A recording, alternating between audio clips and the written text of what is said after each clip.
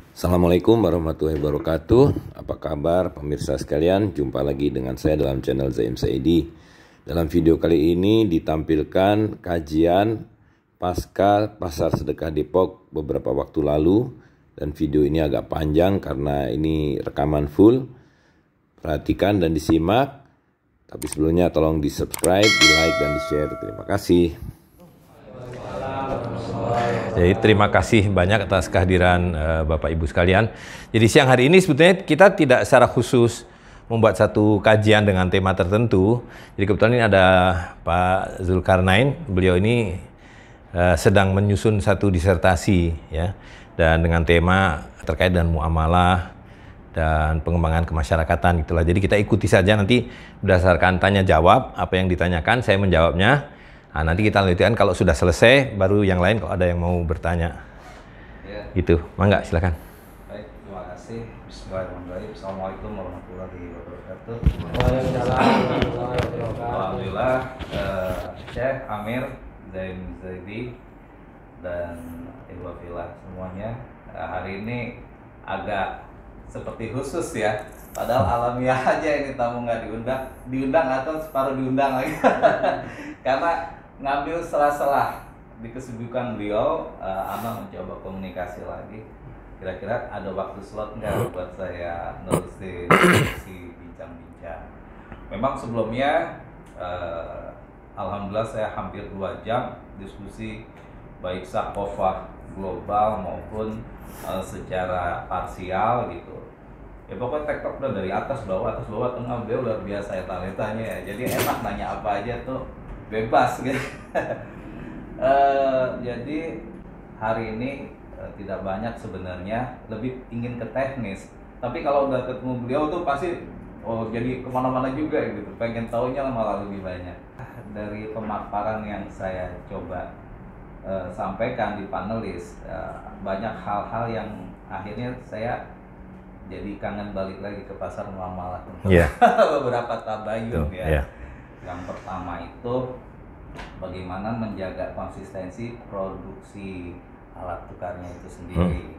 Nah, kemudian bagaimana melegal standingkan ini ketika orang memegang alat tukar ini dinar dirham bahkan fulus, memang ini secara intrinsik valid ya. Tapi kan dalam kaidah pemahaman keislaman kita harus amir yang memproduksi. Nah, merangkai informasi ini sepertinya harus saya langsung jawab. Ya, jadi kalau pertanyaan pertama adalah bagaimana konsistensi untuk memproduksi alat tukar ini ya kan. Jadi ini tentu sesuai dengan keperluan. Jadi kita organik saja, alamiah. Jadi setiap kali ada orang yang hendak membayarkan zakat, maka dia akan memerlukan dinar dan dirham, ya kan? Nah, begitu juga kalau seseorang ingin membayar mahar misalnya dan ingin dengan dinar dirham, maka dia juga memerlukan dinar dan dirham. Jadi dengan kata lain, mesti ada stok. Ada stok yang seperti sekarang ini, alamiah saja. Stoknya mungkin hanya 20 dinar, mungkin hanya 100 dinar, tapi dia nanti dipakai buat bayar zakat. Nanti ada lagi yang kemudian memerlukan koin yang baru, diproduksi lagi, diedarkan lagi. Nah, itu sebabnya kenapa hari ini masih ada penukaran dari rupiah. Jadi karena kita masih dalam sistem di mana emas dan perak ini dalam tanda petik diperjualbelikan dengan uang kertas, sebetulnya itu bukan diperjualbelikan. Itu cara mereka untuk mendapatkan harta secara murah dengan menggunakan alat tukar yang tidak ada nilainya. Tapi kita oke lah sekarang menganggap itu sebagai jual beli, ya kan? Emas dibeli dengan pulsa gitu. Ini sebenarnya kebodohan yang luar biasa, Tapi inilah saat kita hari ini memproduksi koin-koin ini masih melalui uang kertas. Jadi bahan baku dibeli, produksi dibuat, nah sesuai keperluan gitu. Jadi sedikit karena ini bedanya dengan sistem uang kertas. Sistem uang kertas baru diadakan, dicetak pada saat ada hutang. Kalau tidak ada hutang, tidak akan ada uang kertas. Nah, kalau dinar dan dirham ini kan harta yang merupakan milik seseorang yang memang memilikinya, gitu. Nah, karena itu ya dicetak, diproduksi sesuai dengan keperluan. Nah, jadi pasti konsisten sepanjang kita menggunakannya sesuai dengan yang seharusnya. ya kan? Nah, pertanyaan kedua mengenai otorisasi dinar dan dirham ini, tentu kita sudah punya kaidah syar'inya, yaitu bahwa dinar dan dirham itu sebetulnya kalau kita lihat garis besarnya bagian dari amar ma'ruf nahi mungkar. Masuk kategori amar ma'ruf nahi mungkar yang kalau kita lihat hukumnya menjadi fardu kifayah. Dan itu sebabnya ditugaskan, diberikan kewenangan kepada orang-orang tertentu, yaitu para ulil amri, para amir, atau yang dulu kita menyebutnya sultan, ya kan? Atau ada yang menyebutnya raja. Nah, jadi dengan ada seseorang yang mengerjakan ini dan dia menjamin takaran dan timbangannya, maka ya itu sah secara syar'i. Gitu. Nah, hari ini sudah tidak akan ada yang namanya kesultanan. Tidak akan ada yang namanya kerajaan. Karena itu kembali lagi kalau kita mengacu pada Rasul SAW, ini adalah bagian dari mulkiyah yang sudah menjadi masa lalu. Tidak akan pernah kembali. Gitu, ya. Nah, jadi kita mengerjakannya adalah berdasarkan realitas hari ini. Gitu, dengan alasan atau dengan dua dasar lah. Dasar pertamanya adalah bahwa kewajiban zakat harus dipenuhi, ya kan? Dan kemudian juga alat tukar. Karena kalau alat tukar boleh apa saja, tidak harus dinar, dirham dan fulus. Tapi dalam hal zakat mal tidak ada pilihan, hanya sah dibayarkan dengan dinar dan dirham. Nah, itu seperti yang pernah kita diskusikan sebelumnya, mengandaikan harus ada para ulil amri dulu. Dan karena itu kaum muslimin harus berjamaah. Nah, yang jadi problem adalah hari ini masyarakat itu nggak punya imajinasi dan persepsi yang keliru tentang berjamaah ini. Karena cara berpikir mereka seperti berpikir dalam konteks modern, bahwa kita adalah warga negara suatu negara. Jadi harus 120 juta orang, harus 90 juta orang dengan sistem yang kita kenal sebagai model negara. Ada presidennya, ada menteri-menterinya dan seterusnya. Islam tidak begitu. Islam itu pokoknya kamu berjamaah. Ya kan? Kemudian kata Allah SWT, ati'uwah wa ati'ur rasul wa ulil amri minkum. Taatilah Allah, Rasul, dan para pemimpin di antaramu. Kalau kamu hanya bersepuluh, satu menjadi pemimpin ulil amri, 9 jamaahnya. Itu sah. Gitu. Jadi kita jangan berpikir menjadi sesuatu yang tidak realistis dan tidak bisa dilakukan. Kalau kita berpikir bahwa masyarakat muslim Indonesia itu harus 120 juta yang kemudian dipimpin oleh seorang amir untuk 120 juta orang dengan 35 orang menteri, nggak bisa. Itu bukan model Islam. Itu adalah model negara modern. Gitu. Baik, luar biasa ya tadi. Artinya kalau kita kembali ke reproduksi atau produksi, reproduksi maksudnya ini ada emas jadi yang harus dibentuk secara desain. Produksi, eksplorasi. Nah, untuk dua poin ini kan boleh kata dibilang nggak menjadi ranah kita, pekerjaan kita hari ini. Kita masih dalam proses ya transaksi lah untuk memperolehnya gitu ya saya. Artinya begini, pemasoknya itu atau produsennya itu apakah udah bisa otonom kita? Misal begini, di Bombana Momete atau di Mandailing, sungai itu mengandung emas, gitu ya. Di Bombana Momete juga seperti itu Sulawesi. Apakah bisa menghimpun masyarakat setempat untuk mendulang, atau memang kita nggak usah repot dulu lah hari ini. Toh ada juga BUMN yang mengeksplorasi dan lain sebagainya. Terkait kesinambungan tadi, artinya kan kita dinar kalau udah di tangan Hakina kan pasti beredar kemana-mana, nggak balik lagi ke Amir. Betul, ya? Nggak balik lagi ke Baitul Mal. Sementara produksi harus jalan terus gitu terkait bahan baku. Ya, artinya kalau bahan baku bisa dari mana saja, bisa dari mana saja. Artinya apa yang tersedia hari ini itulah yang digunakan, ya kan?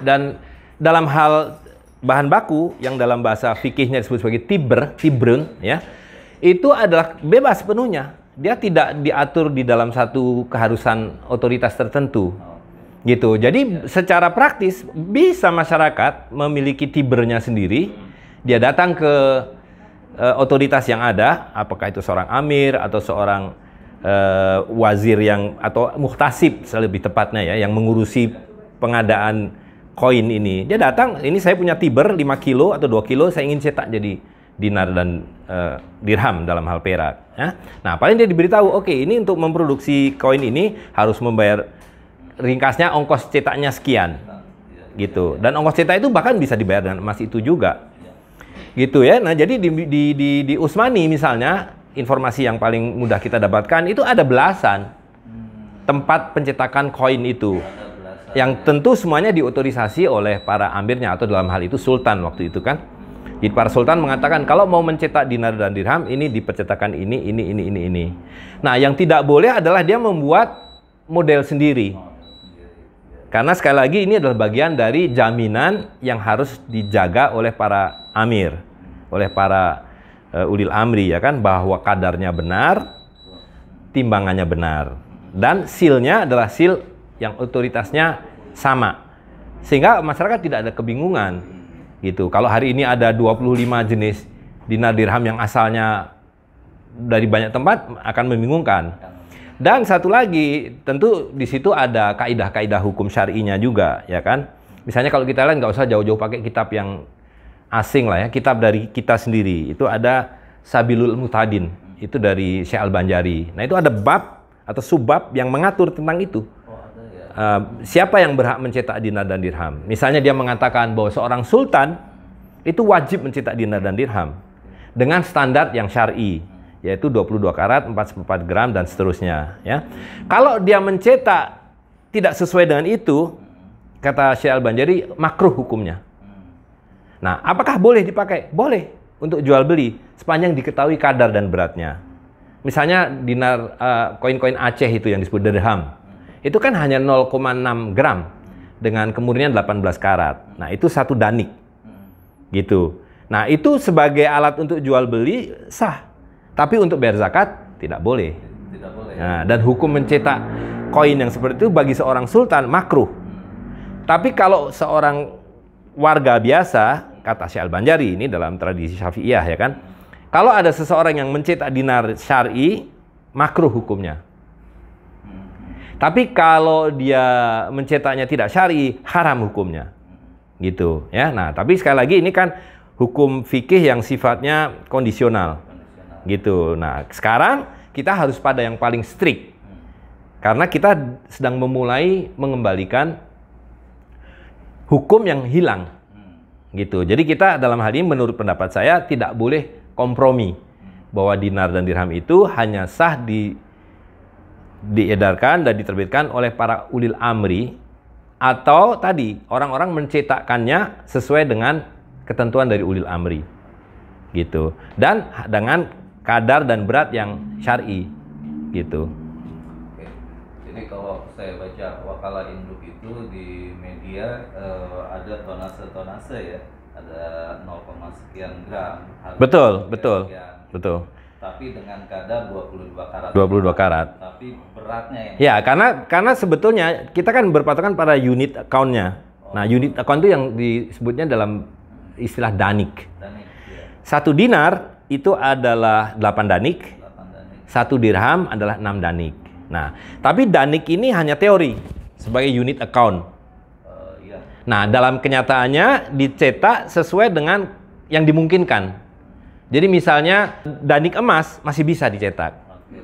Gitu. Ya, karena 1 danik itu berarti 4 gram dibagi 8. Jadi 1/4 gram. Itu masih mungkin kalau emas. Tinggal persoalannya adalah apakah siapa yang harus menanggung ongkos cetaknya. Kalau terlalu kecil jadi mahal.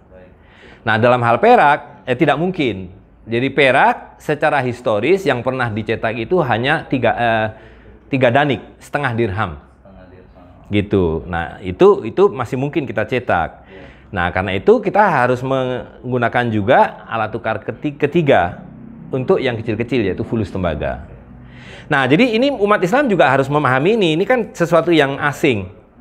Bahwa alat tukar itu sesuai dengan nilai barang dan jasa yang dipertukarkan.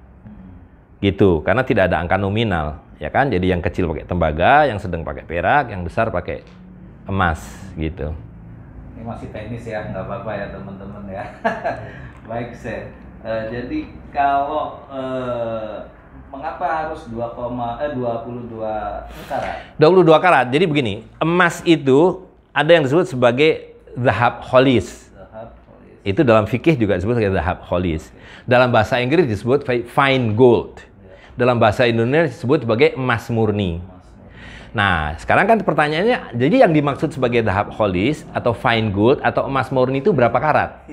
Gitu. Nah, itu adalah pengetahuan yang keliru. Karena yang disebut sebagai fine gold, emas murni itu ada antara 22 sampai 24. Ya.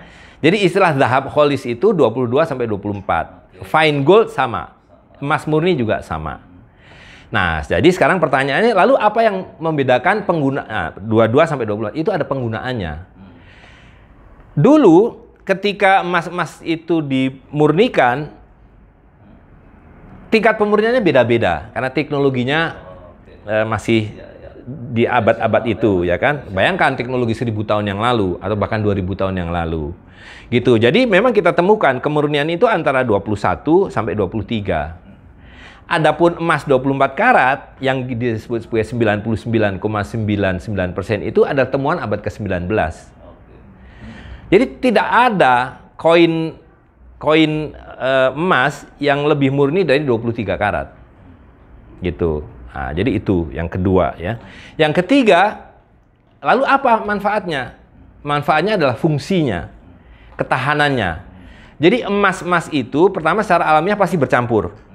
Nah, karena itu dikatakan ini oleh seorang ulama atau para ulama yang berpendapat kenapa emas itu harus 22 karat adalah bahwa emas itu pasti bercampur, tapi campurannya harus dibatasi sampai masuk kategori emas murni. Gitu. 22 karat. 22 karat. Gitu. Itu alasan pertama. Alasan kedua adalah semua emas dalam penggunaan praktis tidak bisa pakai 24 karat, terlalu lunak. Gitu. Ya, jadi pencampuran dengan perak atau dengan tembaga atau tembaga dan perak itu yang akan mempengaruhi warna dan kekerasan.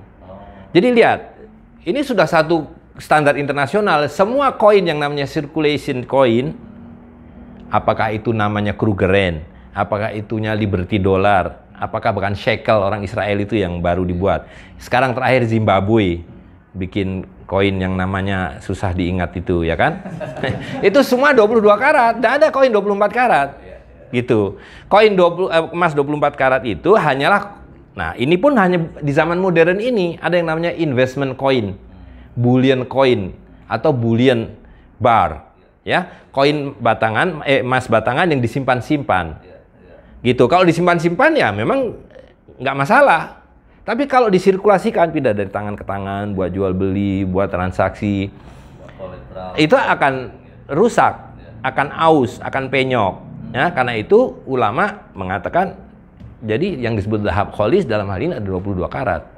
Dan itu dibuktikan dengan semua, mau muslim, non-muslim, kalau bikin koin yang digunakan sebagai alat tukar, 22. Begitu juga perhiasan. Nah, kalau di Indonesia kok ada perhiasan 24 karat? Itu bohong. Ya, coba dicek, semua perhiasan itu yang dibilang 24 karat sebenarnya 22 karat. Yang dibilang 22 karat itu hanya 18 karat. Yang dibilang 18 karat itu 16 karat. Gitu. Jadi toko emas hampir semuanya, ya. Saya tidak mengatakan semuanya, tapi saya rasa pada umumnya nggak jujur, bohong. Jadi yang paling aman ketika beli di toko itu, jualnya di toko itu lagi. Satu itu, yang kedua tanya persennya, jangan karatnya. Ini berapa persen? Kalau dia bilang 99,9, nah itu baru 24 karat. Nah, saya terakhir udah tanya, kok ini sekarang perhiasan berapa persen? Dia bilang paling 70%. Bahkan ada sekarang ini perhiasan yang dijual hanya dengan 50%. Jadi cuma 12 karat. Jadi perhiasan itu hanya 12 sampai 16 karat. Setinggi-tingginya 18 karat. Jarang yang 22 karat. Itu sebabnya kenapa kalau perhiasan potongannya banyak banget? Karena toko emas tahu kandungannya rendah. Hanya 16, 17, 18, bahkan sekarang ini hanya 12 karat. Gitu. Tapi kok warnanya sangat mirip dengan yang dua. Warna bisa diatur.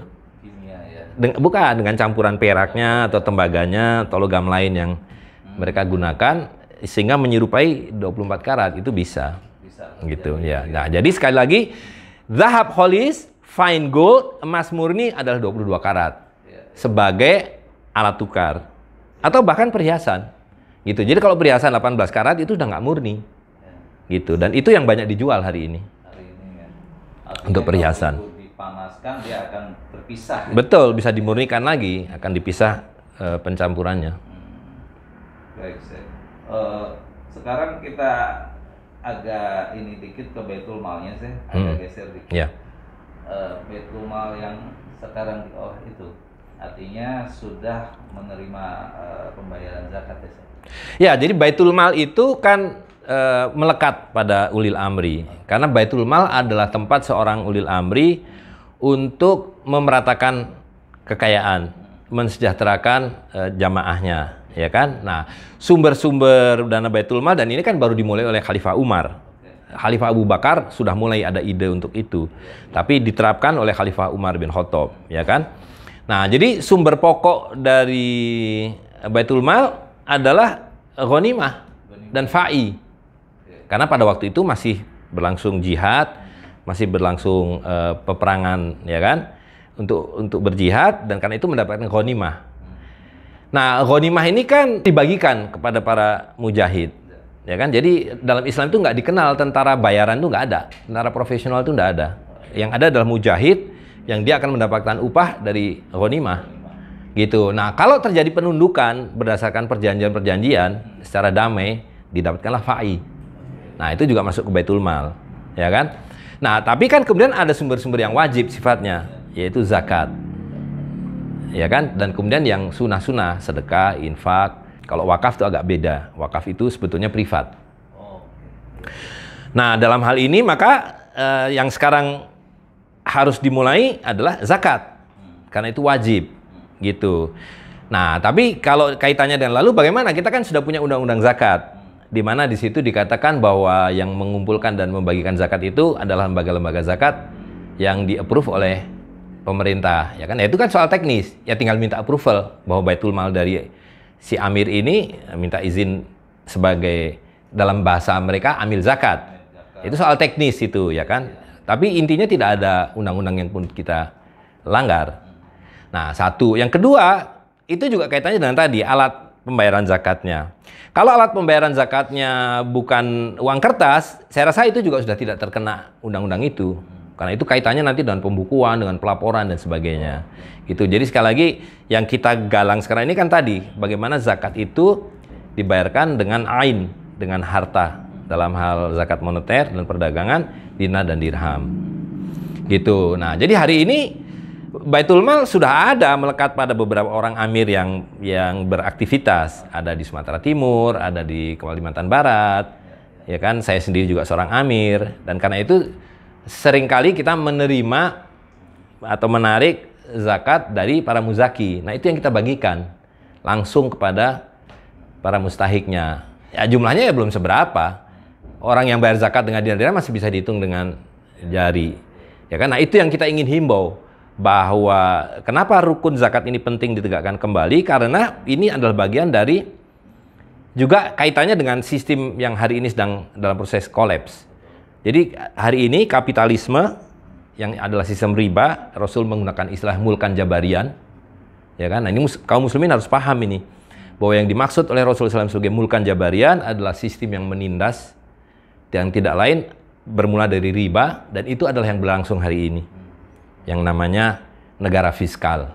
Dan kita hari ini melihat runtuh ini. Kalau melihat Sri Lanka, melihat Zimbabwe, melihat Venezuela, melihat Amerika hari ini belum mengerti bahwa ini sedang dalam proses runtuh, ya belum mengerti artinya. Runtuhan ini sangat nyata. Bensin tiba-tiba dalam sebulan naik berkali-kali, ya kan? Ini adalah bagian dari proses keruntuhan itu. Gitu. Sekarang ada 4 bandara mangkrak yang nilainya mungkin masuk ke angka triliun, ya kan? Itu adalah bagian dari proses pembusukan sistem ini. Nah, kita menghimbau umat Islam untuk menyelamatkan keadaan kita, masyarakat kita, dengan kembali kepada muamalah gitu, dan zakat ini. Jadi ada pengistilahan tadi yang kita sebenarnya perlu pemahaman ya, amir, wazir, atau apa kalau wakalah di muamalah pasar itu boleh sedikit fungsi dan peran struktural Jadi sebenarnya begini, istilah-istilah itu kan hanya istilah. Kita kan hanya mengadopsi istilah yang sudah ada biar nggak ngarang sendiri. Tapi kalau kita mau menggunakan istilah lain yang berlaku, itu tidak ada persoalan. Intinya adalah bahwa apa sih ulil amri itu? Ulil amri itu adalah orang yang ditunjuk, dipercaya sebagai pemimpin dalam satu masyarakat. Di Baduy saya nggak tahu namanya apa, tapi pasti ada ulil amrinya. Ya kan? Di Cipta Gelar ada juga ulil amrinya. Entah namanya apa gitu. Nah, di kita mengadopsi aja tradisi Islam yang sudah ada, disebutnya seorang amir. Seorang amir ini akan dibantu oleh para pembantu-pembantunya, ya kan? Ya itulah secara teknis dalam semua kitab fikih dan sejarah disebut sebagai wazir. Kalau yang ngurus wakaf disebut sebagai nazir. Yang mengurus zakat disebut amil dan seterusnya. Itu sama aja kayak kita bilang khotib. Orang yang khutbah di sholat Jumat itu khotib. Ada masalah kan? Enggak gitu. Nah, yang jadi masalah adalah ini istilah-istilah yang sebelumnya tidak dikenal, kita introduksi itu seolah waduh ini Arab ini, waduh ini radikal ini, ya kan? Lah itu khatib masjid masa nggak dibilang radikal, ya kan? Atau muazin, amil, sama gitu loh. Nah, justru kita ingin meluruskan, memberitahu pada masyarakat bahwa ini adalah istilah-istilah yang biasa saja, bagian dari ya dalam hal ini tradisi Islam. Tapi kalau itu mau disebut sebagai tumenggung dengan wakilnya si Ulu Balang atau BI atau apapun, ya boleh-boleh saja, tidak ada masalah. Yang pokok adalah tadi bahwa kita harus hidup dalam jamaah yang terpimpin. Gitu. Nah, itu satu hal mengenai istilah-istilah yang terkait dengan kemasyarakatannya. Kita bahkan tidak bisa menyebutnya sebagai organisasi. Ini kemasyarakatan biasa. Nah, yang kedua mengenai wakalah. Wakalah ini ada kaitannya dengan yang pertama kita bahas tadi, bahwa hari ini koin dinar dan dirham ini kan nggak ada. Kalau koin dinar dirham itu sudah ada, nggak perlu wakalah. Dia akan beredar melalui perdagangan di pasar, melalui transaksi zakat, melalui sedekah, dan seterusnya.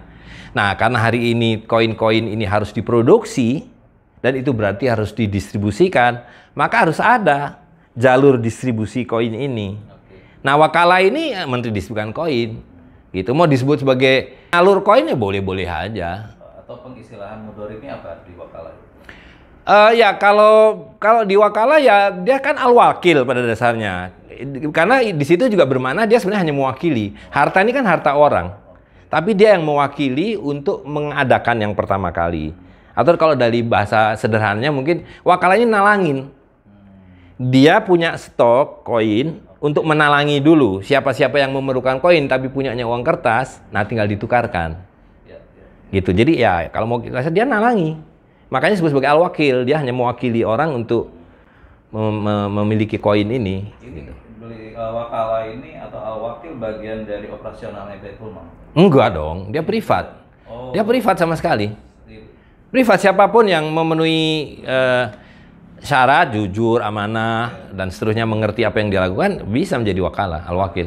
Oke, ini makin menarik nih, Chef. Ya. Jadi tadi ada Amir Kalimantan, di Cirebon juga saya lihat ada pasar muamalah. Betul. Juga. Ini mereka ini proses alamiah atau antum maaf, alamiah memang seksi alam, takdirnya memang memimpin komunitas, atau memang ada proses dari satu perhimpunan pengajian atau perhimpunan kelompok-kelompok halakoh yang mengamanah? Nah, ini secara prosesnya alamiah saja. Jadi di satu tempat ada sekelompok orang, ya, itu bukan hanya muslim, non muslim juga bisa saja. Orang-orang yang ingin tadi kita ini melihat bahwa proses runtuh ini sedang berlangsung. Saya nggak mau ikut runtuh di dalamnya. Karena itu saya mau ikut di dalam kegiatan untuk mencari model kehidupan yang baru. Yang kita sebut muamalah ini, ya kan? Nah, itu alamiah. Nah, tetapi kalau dibiarkan secara alamiah tidak terotorisasi, maka menjadi tidak jelas. Bisa mengerap sampai ke penipuan, pengelabuan, dan seterusnya. Nah, karena itu saya sebagai seorang amir memberikan otorisasi bahwa Anda ini, karena di sini sudah dijadikan katakanlah para pemimpin masyarakat setempat untuk menyelenggarakan kegiatan-kegiatan ini, maka Anda saya otorisasi apakah menjadi seorang amir, kalau kemudian ada yang berbaiat dari jamaahnya menganggap dia sebagai seorang amir atau sebagai seorang wazir. Ya, sekali lagi adalah wazir itu adalah pembantu artinya. Tapi kalau kita sebut pembantu kan kurang elok.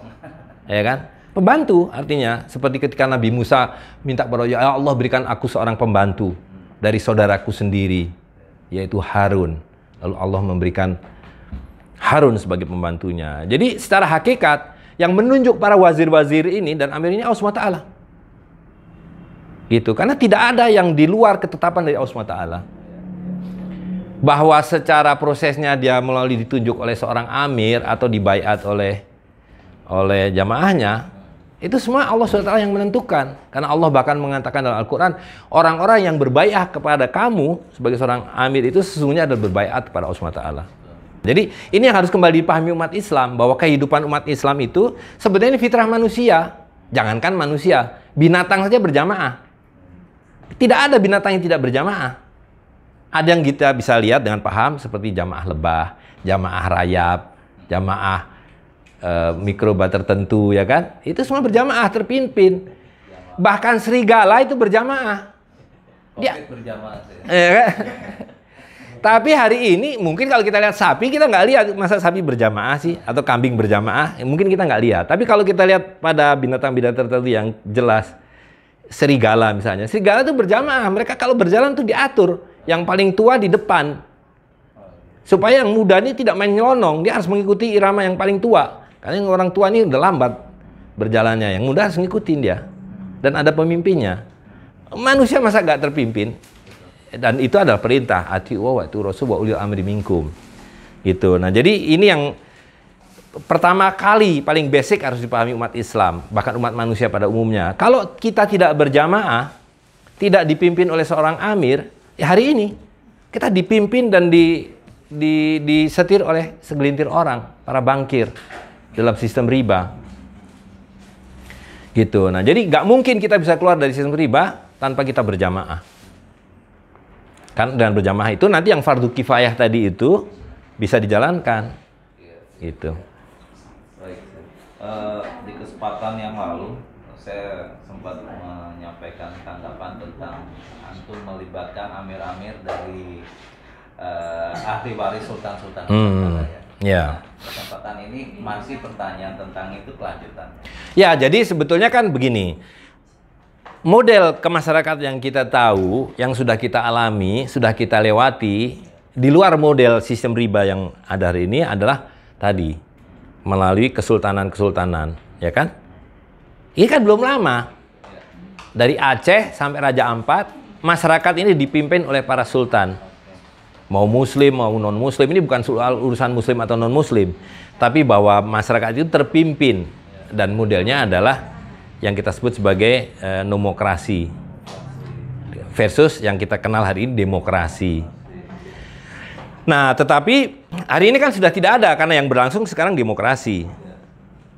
Dan model yang kita kenali adalah semula berdasarkan pengalaman yang sudah ada adalah tadi model-model kesultanan dan kerajaan. Nah, ini yang kita coba dalam 20 tahun ini, hidupkan kembali kepemimpinan tradisional ini. Karena coba lihat hari ini, ada orang percaya sama politisi. Ya, ada percaya sama jenderal-jenderal itu. Ada percaya sama orang-orang DPR itu, masyarakat kalau ditanya satu-satu. Iya kan? Saya yakin sebagian besar tidak percaya, karena itu fitrahnya. Bahwa yang disebut ruwaibidah oleh Nabi SAW. Para pemimpin yang sehari ini ada adalah orang-orang yang tidak cakap, orang-orang yang tidak layak, orang-orang yang tidak amanah. Kalau tidak ada kepercayaan itu, yang akan terjadi adalah chaos, anarki. Nah, karena itu harus ada kepemimpinan-kepemimpinan yang masyarakat percaya. Dan itu adalah pemimpin-pemimpin yang fitrah, yang datang dari masyarakat sendiri yang dipercaya. Lihat orang Badui, kita kalau mau ngambil contoh yang paling clear ya, lihat orang Cipta Gelar, lihat orang Baduy Dalam, atau mungkin suku-suku di Papua, orang-orang Dayak di Kalimantan. Mereka masih lebih mengikuti hukum adat, pemimpin-pemimpin adat daripada yang ada hari ini. Dan ketika ini sudah makin tidak dipercaya, akan kembali ke situ, ya kan?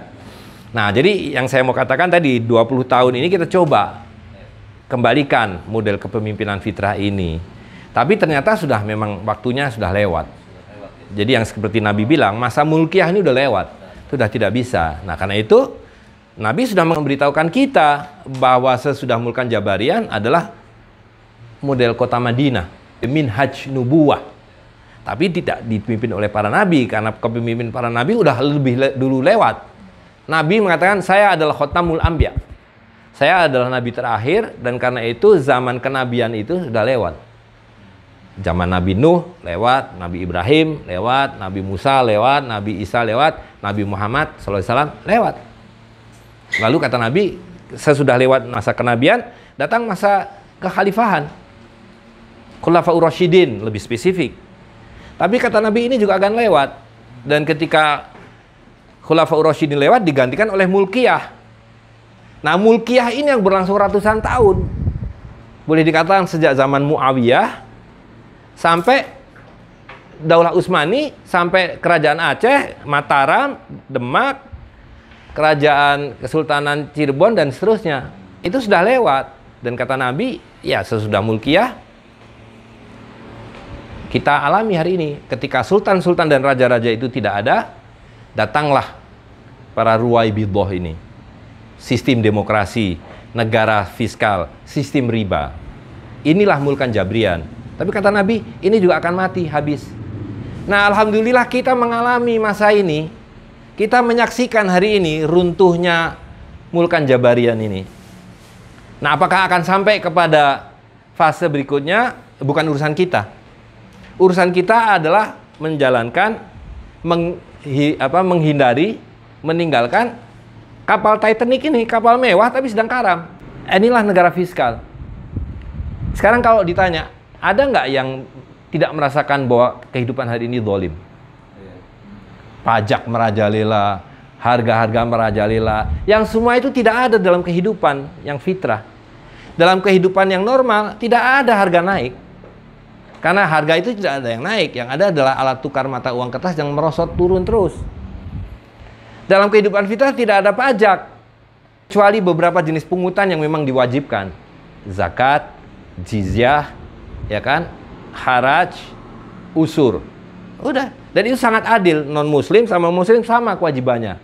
Muslim wajib zakat, yang non-muslim wajib jizyah. Jizyah itu setara dengan zakat fitrah, setahun sekali. Tapi dalam hal zakat, ya kan, mereka berkewajiban membayar haraj.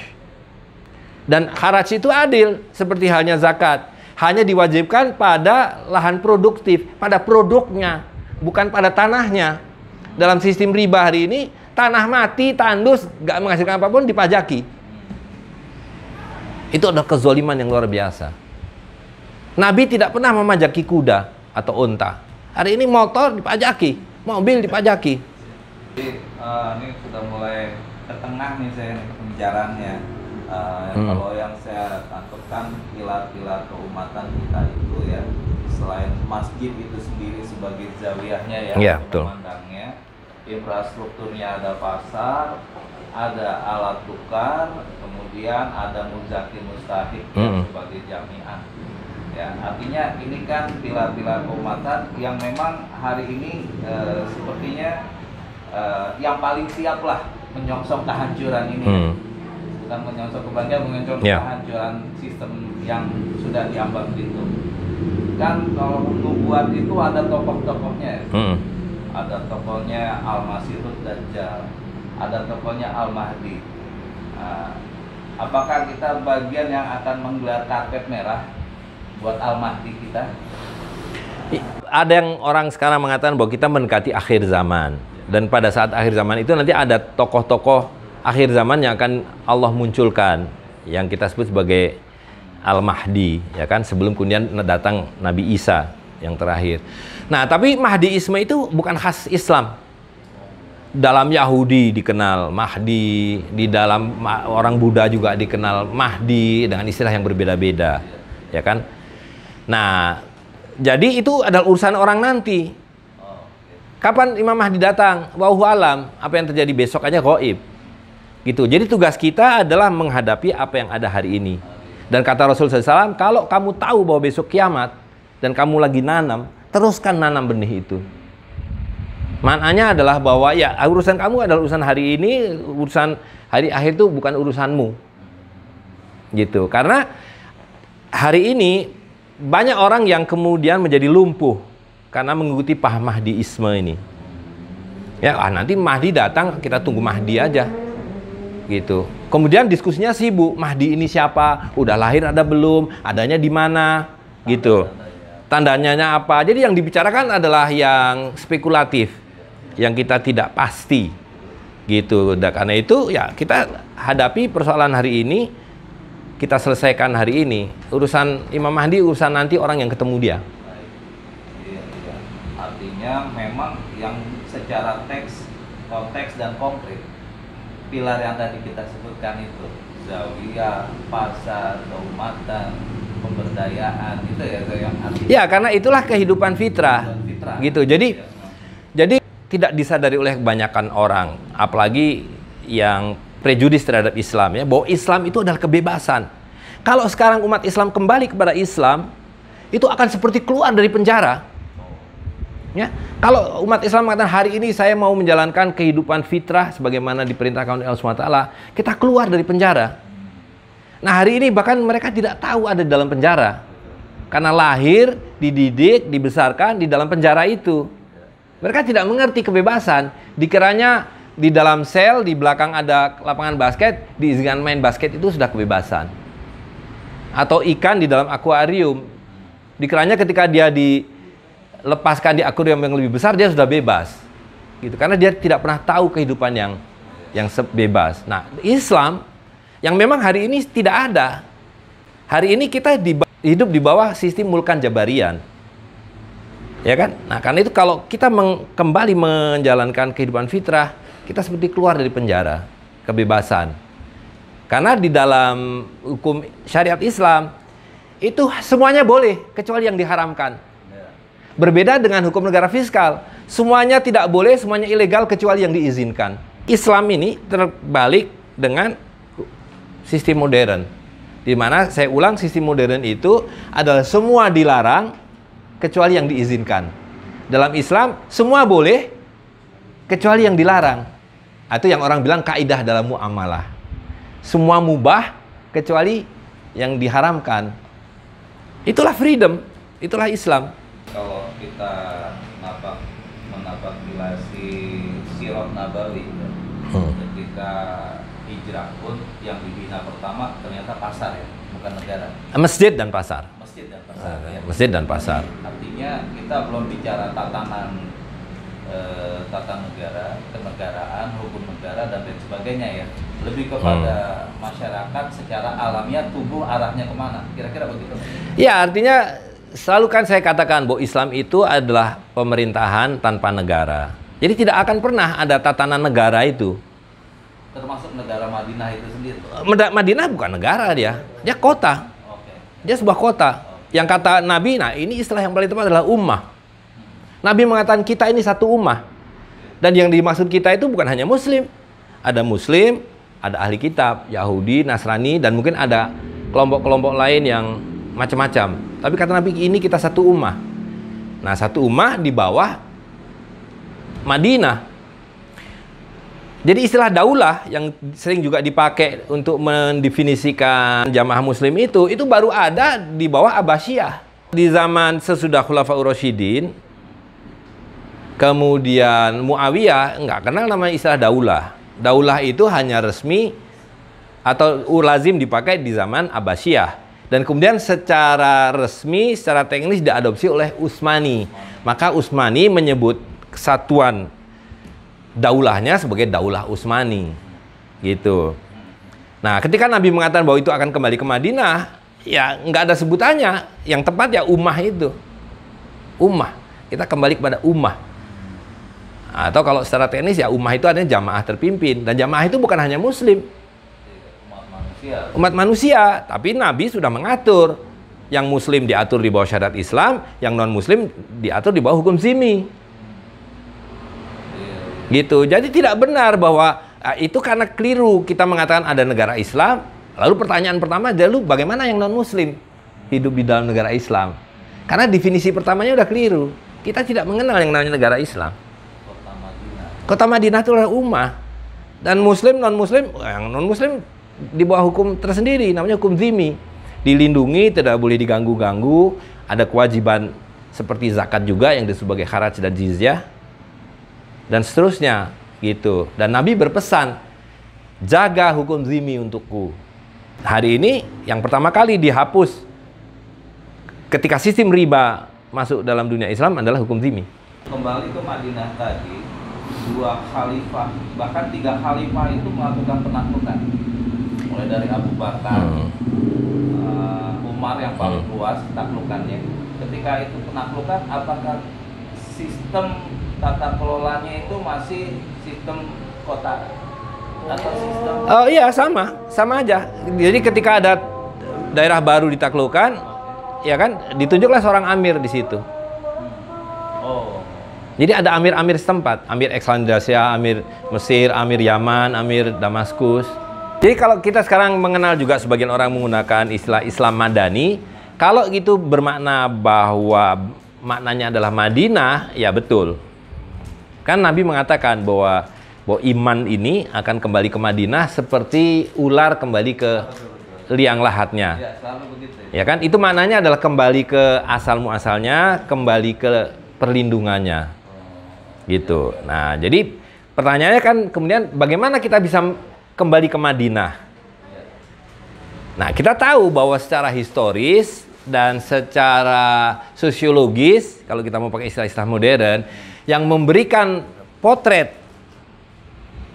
kehidupan Madinah bagi kita adalah Imam Malik. Imam Malik. Dan Imam Malik mewariskan 2 hal besar buat kita, yaitu Al-Muwatta dan yang kemudian ditulis oleh murid-muridnya yaitu Al-Mudawana Al-Kubro. Jadi dalam Muwatta itulah kalau kita mau melihat kehidupan Madani itu seperti apa. Gitu. Jadi orang banyak mengelirukan mengatakan bahwa Muwatta ini kitab hadis dan pendapat para sahabat dan tabi'in. Muwatta adalah kitab fikih.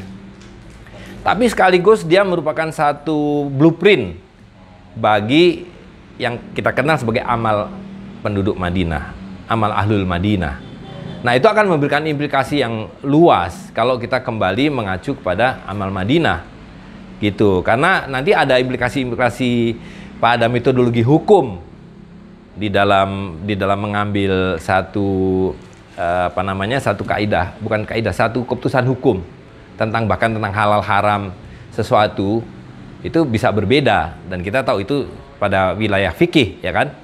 Tapi perbedaan itu bukan berarti satu pertentangan gitu. Tapi yang saya mau katakan adalah bahwa itu bagian dari kecenderungan fitrah.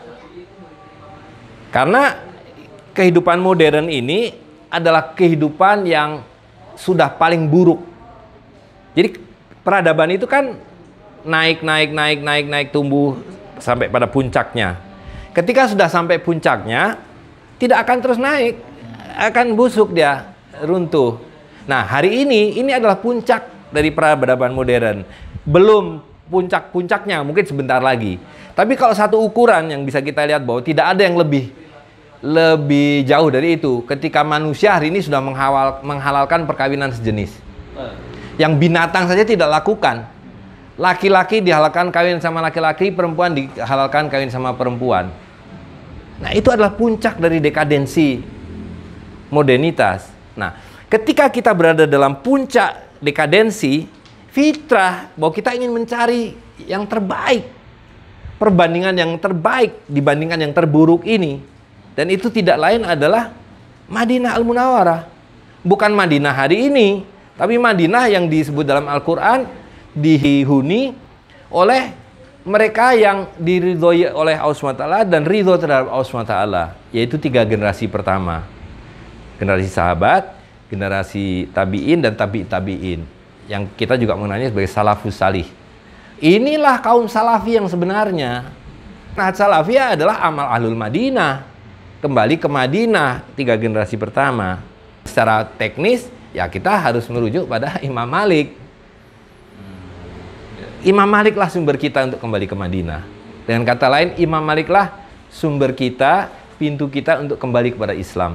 Terakhir dari Anda, bagaimana kita menarik kalau bahasa modern korelasi atau kesinambungan, atau bagaimana menarik benang merah dengan apa yang kita lakukan hari ini ya, menghidupkan betul, memberdayakan mustahik, mendorong Muzaki yang kalau zamannya Abu Bakar malah diperangi nggak mau bayar zakat. Betul.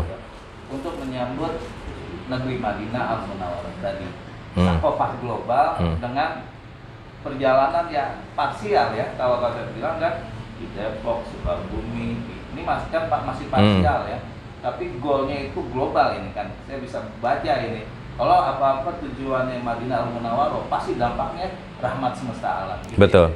Ya. Ya, jadi begini, ini semua kan proses alamiah, proses fitrah yang bisa didekati secara akademis. Dan kita harus punya pemandu. Bagaimana kita bisa memahami secara akademis proses alamiah yang berlangsung ini? Pemandu kita dua, sudah sangat tua, namanya Polybios. Itu adalah ilmuwan dari Yunani, yang dia memberikan satu penjelasan tentang pola kehidupan manusia, siklus. Dan dia pada model-model tatanan politik yang diberi istilah dari monarki, kemudian oligarki, kemudian demokrasi, dan seterusnya. Ya, istilah-istilah politik yang kemudian juga diadopsi oleh ilmu politik modern. Nah, yang kedua adalah yang lebih sini, walaupun cukup tua, dari abad ke berapa tuh, 14, yaitu Ibnu Khaldun dalam Muqaddimah. Dia juga sudah memberikan penjelasan secara sosiologis bagaimana kekuasaan itu naik turun. Dan naik turunnya ada cyclical, itu sangat serupa dengan Polybios. Gitu, ya. Nah, yang ketiga, ini yang sudah jelas paling valid buat kita, penjelasan dari Rasulullah SAW sendiri tentang 5 siklus kehidupan kemasyarakatan itu yang semuanya klop. Nabawiyah, khilafah, mulkiyah, mulkan jabarian, dan minhajun nubuwah. Ini sama, serupa lah, ada kemiripan dengan penjelasan Polybios, ada keserupaan dengan penjelasan Ibnu Khaldun. Rasul tidak memberikan penjelasan-penjelasan. Dua orang ilmuwan ini yang memberikan penjelasan-penjelasan. Nah, saya kemudian mencoba menjelaskan kepada masyarakat, ya kan, bahwa apa yang disampaikan oleh Nabi, which is itu berarti nubuah, sudah sampai pada kita hari ini. Dan karena itu marilah kita bersiap-siap. Jadi apa yang kita lakukan hari ini, yang masyarakat lakukan hari ini, itu bukan sesuatu yang untuk melawan sistem yang berlaku hari ini. Bukan untuk menentang negara, bukan untuk melawan atau merendahkan ideologi-ideologi, sama sekali bukan. Kita hanya mengikuti kehidupan fitrah, yang dalam kenyataannya tidak ada satupun undang-undang dan peraturan negara yang kita langgar. Yang ada adalah bahwa sistem negara ini dalam proses runtuh. Dan kita bersiap diri untuk menyelamatkan seluruh bangsa ini. Gitu. Jadi kita tidak, itu yang saya katakan, bahwa musuh kita hari ini bukan sebuah agama, bukan satu kaum, bukan satu negara. Musuh umat manusia hari ini, terlepas dari agamanya, kaumnya, bangsanya, adalah sistem. Yaitu sistem yang melawan fitrah, riba. Bahwa secara teknis ini dikonstruksi dalam satu institusi yang kita kenal sebagai negara, ya kan? Nah, itu adalah teoritis yang memang kemudian dipraktekkan, ya kan? Sebagai satu kesatuan atau satu model kehidupan yang sedang dalam proses membusuk. Nah, kita mengajak masyarakat ke semuanya, muslim, non-muslim, bangsa apa saja, suku apa saja, untuk menyelamatkan diri dari keruntuhan sistem ini. Atau lebih luas lagi, keruntuhan dari peradaban ini, yaitu peradaban modern yang dekaden ini. Silakan kalau ada yang mau nanya lagi. Kalau saya misalkan udah punya 200 keping dirham, kan, otomatis kan harus bayar zakat. Betul. Kalau saya nggak melaporkan, otomatis dari pihak amirnya bisa tahu dari mana. Jadi gini, harta itu, ini pertanyaan tentang zakat ya. Bagaimana zakat itu bisa ditarik dari orang-orang yang sudah melewati nisabnya? Bagaimana mengetahuinya? Ya kan, karena zakat itu kan harus ditarik oleh seorang amir atau petugas yang ditunjuknya. Nah, harta itu terbagi dua, harta yang terlihat dan harta yang tersembunyi. Harta yang terlihat itu ternak, perkebunan, ya itu nggak bisa disembunyikan. Seorang amir atau petugasnya bisa tahu, datang, ya kamu tuh ternaknya ada 200 ekor, atau 40 ekor kambing, berarti kamu wajib zakat, kita tarik. Ya kan? Nah, dalam hal harta moneter, katakanlah dinar dan dirham, nggak ada yang saya tahu kecuali orang itu dan Allah SWT.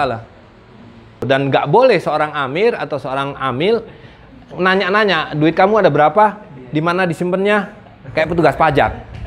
Ya, itu berkebalikan dari petugas pajak. Kalau petugas pajak tuh kamu harus lapor duitnya dari mana, jumlahnya berapa, bentuknya apa, ada di mana, utangnya berapa, siapa yang utang sama kamu juga, ya kan? Dalam zakat enggak.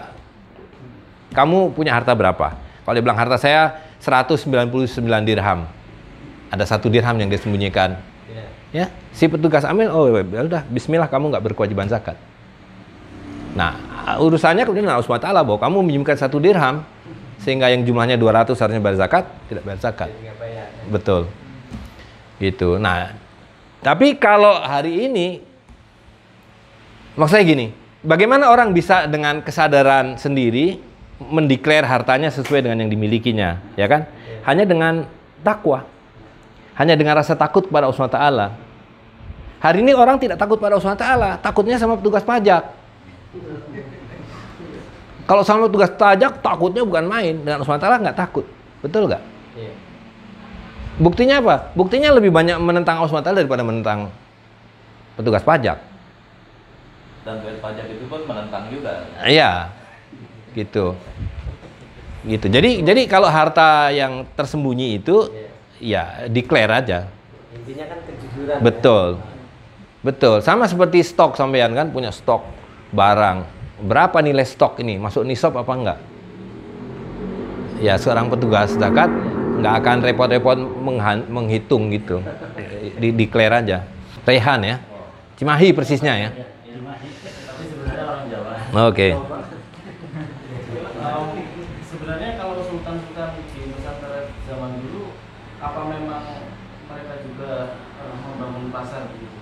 Pasar yang berpajak, atau sebenarnya kerajaan-kerajaan dan kesultanan zaman dulu juga menarik pajak? Ya, kalau kita lihat dari sisa-sisa tradisi yang ada, ya kan. Pertama, yang betul-betul bersisa kan yang bisa kita temukan buktinya Aceh. Mereka mencetak koin emas. Delhi juga mencetak koin emas. Serdang mencetak koin emas. Goa juga mencetak koin emas, ya kan? Banten yang kita tahu dia mencetaknya tembaga, fulus. Itu satu hal ya dalam hal alat tukarnya. Yang kedua dalam hal pasarnya, kita masih mengenal namanya hari-hari pasaran. Paing, Pon, Wage, Kliwon, Legi. Nah, itu adalah tradisi Hindu sebelumnya. Hari-hari pasaran itu. Nah, jadi ini kan kemudian menjadi bukti bahwa ada yang namanya pasar Paing, pasar Pon, pasar Wage, pasar Kliwon. Jadi pasar itu ada hari pasaran. Dan poinnya adalah bahwa dalam pasar-pasar itu tidak ditarik sewa. Tidak ditarik pajak. Tidak ada paksaan alat tukar. Kita mengenalnya sebagai barter.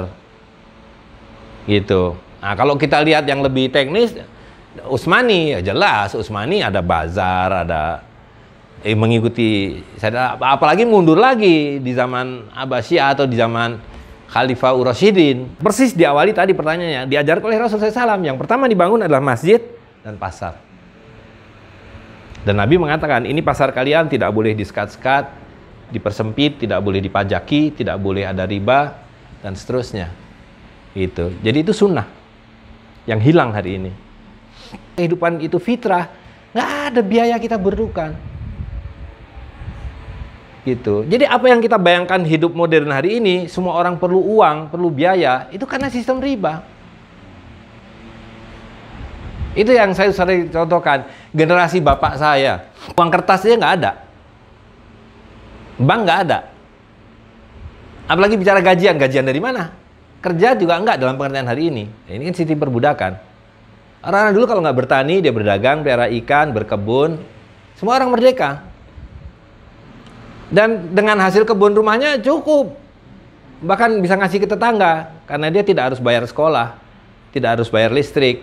Tidak harus bayar pajak. Ini itu. Ya kan? Kenapa hidup kamu susah hari ini? Karena kamu harus punya cash.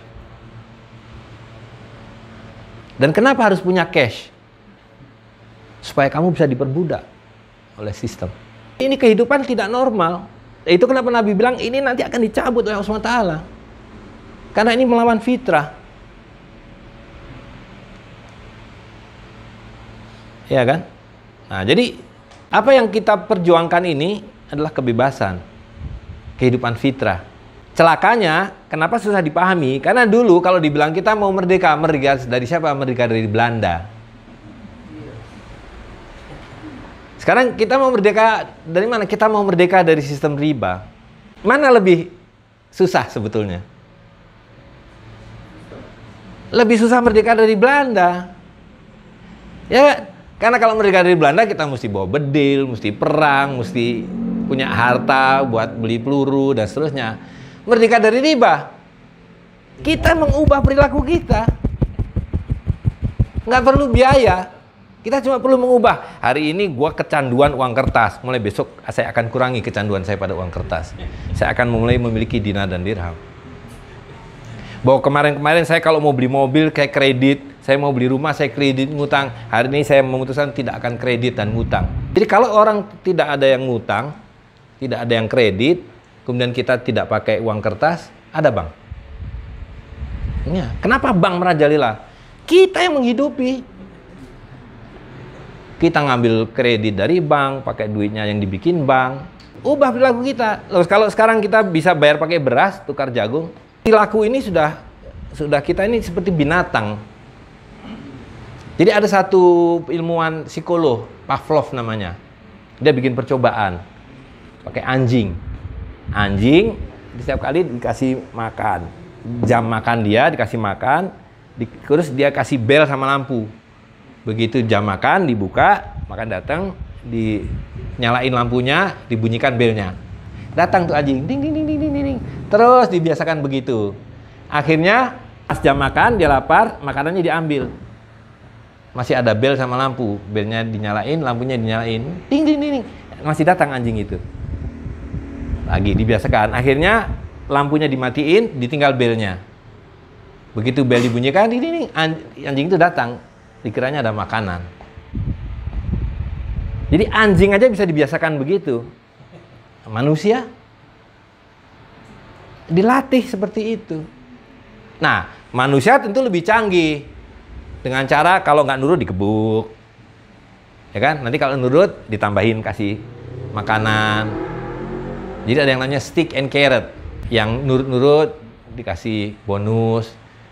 Semakin dekat ini, kalau kamu kerja, semakin dekat ke pusat riba, semakin gede gajinya. Betul nggak? Coba kamu jadi CEO di perusahaan asuransi, di bank, pasar saham. Oh, besar sekali itu gajinya. Security, satpam. Satpam itu kalau di tempat biasa 2,5 juta gajinya. Tapi kalau satpam di bank bisa 5 juta. Begitu sudah terbiasa, orang nggak merasa. Sekarang nyimpan uang di bank minus kita. Minus. Uang bunganya 0, kecuali di atas 250 atau 500 juta. Baru kasih bunga 0,3%. Bagi 12, 0,00000 sekian. Itu buat bayar ongkos adminnya aja nggak cukup. Pasti minus, uang kita pasti minus. Kecuali uangnya miliaran. Gitu. Sementara nilainya merosot. Dan sekarang ini kan orang banyak makin miskin. Coba tanya orang bank, jumlah penabung berkurang hari ini. Which is buat kita bagus. Tapi bank tidak akan mati, nggak ada orang nabung, nggak mati. Bank hanya akan mati kalau nggak ada orang utang. Karena bisnis bank itu utang. Jadi dengan orang berhutang, dia meng-create uang. Ya ini udah sangat teknis lah, itu kalau dijelaskan teknis banget. Nah ini yang masyarakat nggak tahu. Orang bank sendiri banyak yang nggak tahu. Orang yang kerja di bank tuh nggak tahu cara kerja bank. Dia pikir kerja bank itu nerima uang dari masyarakat, terus menyalurkan kepada yang lain. Kan begitu kita diajar di sekolah, ya kan? Bank adalah yang mengumpulkan uang dari masyarakat, kemudian menyalurkan uang ini kepada masyarakat. Nggak begitu. Bank itu kerjanya dia yang mengambil uang dari masyarakat, terus ini dibukukan. Mereka membuat satu sistem dan hukum bahwa ini cukup 10%. Tapi kamu punya buku 100%. Nah yang 90% dari mana? Ya kamu utang-utangkan. Gitu. Dengan cara begitu kita mengutangkan pada orang, uang saya nambah apa kurang? Nambah, Kalau saya punya uang 100.000 dipinjam Mas Zulkarnain, berkurang uang saya. Tapi kalau bank saya pinjamkan 100.000, uang saya nambah. Di mana nambahnya? Karena saya mencatatkan saya punya piutang 100.000. Jadi 100.000, kemudian punya piutang 100.000 jadi 200.000. Bisa diikuti? Itu jeniusnya orang Yahudi. Makanya bank tidak akan mati walaupun tidak ada orang nabung, tapi bank akan mati kalau tidak ada orang berhutang. Itu sebabnya semua dibikin tidak terjangkau. Supaya beli mobil ngutang, beli motor ngutang, beli kulkas ngutang, bayar sekolah sekarang juga ngutang, kredit mahasiswa, ya kan? Dan dibuat sedemikian rupa, kalau kamu gajinya baru 5 juta, kreditnya motor. Begitu kamu gajinya 15 juta, kredit Kalia. Gaji kamu 50 juta, kredit Innova. Penghasilan kamu 200 juta, kreditnya Lamborghini. Ah, belum kuat Lamborghini. Mungkin yang lain dulu. Begitu. Jadi, perilaku manusia dirubah dengan cara merubah nafsnya. Kita terus dilatih seperti anjing Pavlov itu. Dilatih untuk kamu kalau punya uang banyak, pasti nafsnya pengen lebih banyak. Nggak ada latihan bahwa kalau kamu punya 1.000 udah cukup buat hidup, lalu kalau tambah 50 sedekahkan yang 50. Nggak ada begitu. Yang diajarkan adalah kalau punya 1.000, sekarang kamu punya 2.000, nah sekarang kamu tambah kredit TV-nya jangan yang 14 inci, yang 20 inci. Jadi semua dibikin berhutang. Mana kita mengaktifkan satu kawasan sebagai amirat? Nah, kawasan itu akan kita bangun menjadi amirat lah. Sebetulnya kita tidak mengenal kawasan. Ini juga yang keliru persepsi masyarakat ya, kaum muslimin itu kalau bicara kawasan. Karena benaknya adalah benak nation state, konsep negara fiskal, maka perlu kawasan. Nah, kenapa fiskal state itu memerlukan kawasan? Karena dia harus tahu persis unit yang harus kamu pertanggungjawabkan dalam hutang piutang ini. Ya kan? Jadi kalau ada satu nation state, Yugoslavia misalnya, pecah menjadi beberapa 7 negara atau 6 negara kan, Bosnia, Serbia, Montenegro dan seterusnya. Itu harus ada satuan wilayahnya, karena hutang Yugoslavia harus dibagi-bagi, harus dipertanggungjawabkan. Dalam Islam kan tidak ada yang namanya konsep negara, hutang negara, dan karena itu tidak ada kawasan. Nabi menyebutkan kalau kamu bertiga, satu harus jadi amir. Jadi kalau kawasannya mau kalau pakai perbandingan sistem modern, mau satu RT, satu RW, satu negara, satu provinsi, nggak relevan. Yang relevan adalah kamu ini ada 5 orang, atau 5 juta orang, atau 50 juta orang harus mentaati Allah SWT dengan ketaatan kepada Rasul SAW melalui ketaatan kepada ulil amri. Nah, kalau unitnya udah 51 orang kan nggak mungkin satu orang mimpin 50 juta orang. Nah, di situ baru kemudian kita mengenal, oh berarti kamu di wilayah itu dipimpin oleh seorang amir lokal. Di sini amir lokal, di sini amir lokal. Tapi tidak dalam pengertian lalu ada semacam batasan geografis yang fix. Nggak ada. Kita bisa menjalankan ini tanpa ada hambatan apapun dan tidak melawan siapapun dan tidak melanggar undang-undang apapun. Gitu. Tapi begitu cara berpikir kita, cara berpikir modern, yaitu pertanyaannya, kamu wilayahnya mana? Lalu angkatan bersenjatanya mana? Lalu APBN-nya mana? Dan seterusnya dan seterusnya. Itu semua konsep negara yang nggak relevan dalam Islam. Kalau begitu nggak akan bisa. Jadi utopia. Nah, itulah kemudian yang mengkonseptualisasi sebagai negara Islam, konstitusi Islam, partai Islam. Nah, itu nggak akan ada karena memang tidak pernah ada. Nah, ini dalam konteks yang lain, tapi untuk ngetes bahwa pemahaman kita benar. Sekarang kita sama orang Malaysia. Kan yang kita kenal adalah kamu Malaysia, kamu warga negara Malaysia, saya warga negara Indonesia. Gitu. Bahkan kalau negara Malaysia itu negara Islam, Indonesia negara Islam, itu nggak relevan sama sekali. Begitu kita kembali ke Islam, Anda Muslim, saya Muslim, selesai urusan. Nggak ada yang namanya Malaysia, nggak ada yang namanya Indonesia, nggak ada yang namanya Afghanistan. Bagaimana kita mewujudkannya? Apa ujuk-ujuk itu nanti ada khalifah blek jatuh dari langit kayak Mr. Bean? Ya kan? Kan nggak mungkin begitu. Atau itu kita nunggu Imam Mahdi. Padahal ambil kamu 3 orang aja udah harus bertanggung jawab. Berjamaah. Itu. Jadi mari kita berjamaah.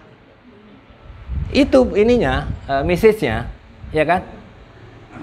Dan kemudian selebihnya irrelevan buat kita. Gitu. Dan kita tidak melawan siapa-siapa. Maksud saya gini, kita berhenti pakai uang kertas dan kembali kepada dinar, dirham, pakai jagung, pakai beras. Ada yang kita lawan? Nggak ada. Bisa kita ditangkap polisi. Terbukti, saya ditangkap, tapi salah tangkap. Karena harusnya nggak bisa ditangkap. Ya kan? Jadi apalagi yang kita tunggu? Apalagi yang kita takuti? Yang kita takuti adalah diri kita sendiri. Gitu. Jadi problemnya ini ada pada kita sendiri. Makanya saya selalu mengatakan ini bukan tidak bisa, kita yang tidak mau. Tidak mau tuh macam-macam, karena takut tadi itu ditangkap polisi. Padahal udah diberitahu, ini udah ditangkap polisi, udah dipenjara, salah tangkap, salah bui. Yughayyiru ma biqaumin hatta yughayyiru ma bi anfusihim. Kita akan status quo terus sampai kita mengubah kondisi kita sendiri, perilaku kita sendiri. Dan itu ya sebetulnya sangat mudah, tapi sangat susah. Kenapa? Karena tadi kita sudah dikendalikan oleh kayak anjing Pavlov itu. Kita dikendalikan oleh sesuatu yang sebenarnya tidak ada. Nah ini hebatnya sistem ini. Ini seperti Fir'aun, lebih dari Dajjal. Dajjal itu kan mengatakan api jadi air. Artinya apinya ada, airnya ada. Itu cuma kebohongan. Ini sudah lebih dari Dajjal. Kita dikendalikan oleh fiksi. Sesuatu yang tidak ada. Ini udah melebihi Dajjal. Sedemikian rupa kita nggak bisa mendefinisikannya. Kalau kita dikendalikan dan kebohongan, kita bisa tahu asal dimunculkan kebenarannya, yaitu api adalah api, air adalah air, karena dua-duanya ada. Kita ini dikendalikan sesuatu yang fiksi. Harta yang disebut dengan rupiah ini ada harta dalam rupiah itu, atau dalam dolar itu, atau dalam pound sterling itu. Tidak ada. Dan yang tahu itu rayap. Rayap itu tahu bahwa nilai uang kertas itu ada pada kertasnya, pada selulosanya yang dia bisa makan, jadi makanan dia. Rayap tahu nilainya di situ. Dia nggak peduli di situ ada 100.000, ada 50.000. Kita manusia yang bodoh. Dikiranya itu 100.000 ada hartanya, 50.000 ada hartanya. Kita sayang-sayang, kita sembah-sembah, kita cari-cari, kita rebut-rebutkan. Rayap nggak peduli, mau ditulis 1 juta juga dia makan aja, orang taunya dia itu adalah serat selulosa kok. Nah, itulah hakikat harta yang sebenarnya dari apa yang kita kenal sebagai uang kertas itu ya pada kertasnya itu. Dan rayap lebih tahu dari manusia. Kan lebih sering nih, berkali-kali nih, setiap kali ada kertas dimakan rayap karena disimpan di tabungan, di celengan dan seterusnya. Rayap tahu hakikat uang kertas. Manusianya nggak tahu. Mungkin rasa tintanya juga apal ya. Rasa tintanya apal, yang merah lebih manis daripada yang biru. Jadi yang sudah tahu, sudah mengerti ini harus ditularkan, harus diberitahukan. Ya ibaratnya selalu kita bilang bahwa kita ini membawa, karena hari ini yang ada ini kegelapan. Ini di tengah terang benderang ini gelap gulita ini. Di tengah terang benderang lampu yang sekarang ini udah luar biasa ini, lampu TL, lampu LED dan sebagainya ini adalah gelap gulita. Nah, kalau kita membawa cahaya ini sedikit aja, korek api, terang benderang dia. Karena itu tadi bahwa dinar dan dirham itu sebenarnya nggak perlu dijelaskan. Dia akan menjelaskan dirinya sendiri. Asal kita pakai. Gunakan dinar dan dirham itu, ajak orang bertransaksi, dia akan menjelaskan dirinya sendiri. Orang tua saya pernah berutang dengan seorang.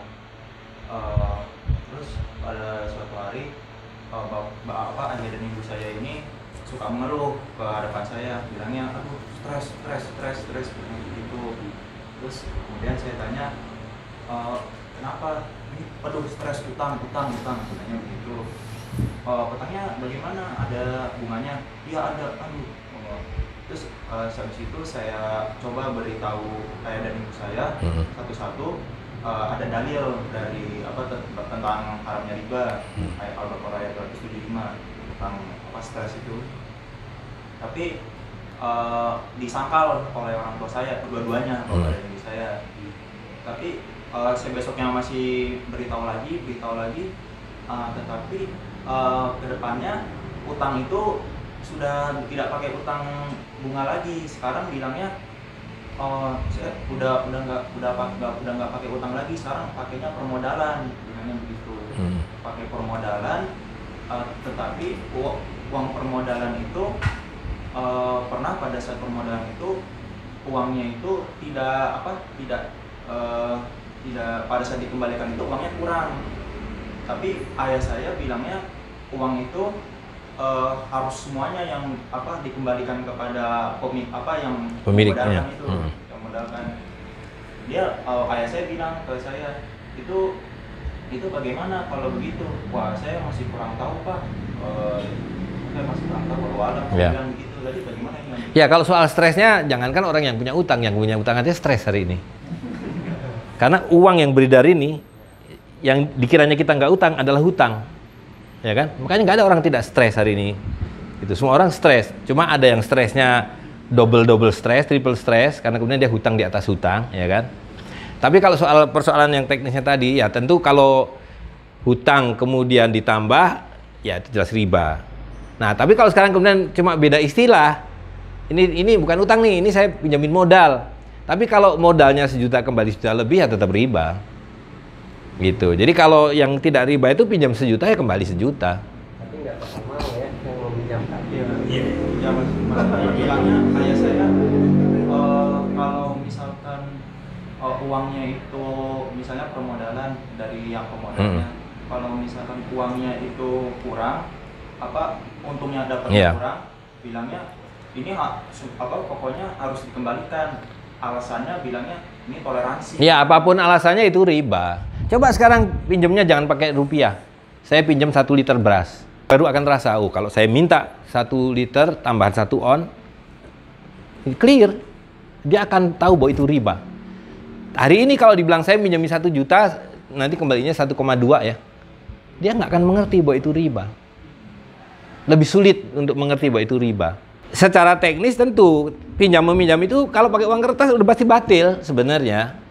Jadi pinjam-meminjam itu tadi, saya pinjam beras, pinjam emas, pinjam perak, pinjam jagung, gitu. Ya kan, pinjam 1 ton kembali 1 ton, pinjam emas 100 gram kembali 100 gram.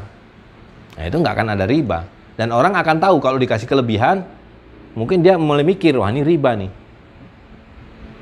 Ya kan, bagaimana kita bisa mengenali riba? Karena walaupun sekarang sudah tidak berlaku, dari kecil kita diajarin tang ting tung, ya kan, bang bingbung, ayo kita ke bank, ya kan, nabung, tang ting tung jangan dihitung, nanti tahu-tahu kamu dapat untung. Jadi dikiranya nabung di bank itu dapat untung, dan itu baik-baik saja. Nggak pernah kan diajari, jangan nabung di bank ya, itu haram, itu riba. Pernah dengar guru ngajarin begitu, kamu jangan nabung di bank, karena di bank itu riba, haram hukumnya. Iya kan? Nah, jadi hari ini sekolah itu semuanya mengajarkan yang haram sebagai seolah-olah hal yang halal. Dan tidak ada satupun sekolahan yang mengajarkan yang haram. Itu problemnya. Itu sebabnya kita sudah mulai untuk jangan mengirim anak-anak ke sekolah. Tapi kita harus mulai membuat satu pendidikan tersendiri. Karena begitu kita kirim anak ke sekolah, dia tidak akan mengerti yang mana yang halal, mana yang haram. Betul nggak omongan saya? Dan nanti kalau udah dewasa, dia udah jadi sarjana, S2, apalagi S3, ya kan? Bukan lagi tidak mengerti mana halal, mana haram. Tapi kalau ada orang mengatakan ini halal, ini haram, gila lu. Itu yang halal itu haram, yang haram itu halal. Betul nggak? Hari ini itu yang terjadi. Begitu sampean lulusan S3, jurusan ekonomi syariah, akan mengatakan yang halal haram, yang haram jadi halal. Saya jamin itu. Apalagi nanti kerjanya jadi komisaris bank syariah atau jadi dewan staf ahli di asuransi syariah. Sebegitu menyedihkannya kondisi kita hari ini. Itu lebih dari Dajjal tadi itu. Ini fiktif ini. Kalau Dajjal itu masih ada barangnya, cuma dibolak-balik sama dia. Kebohongan dengan kata lain.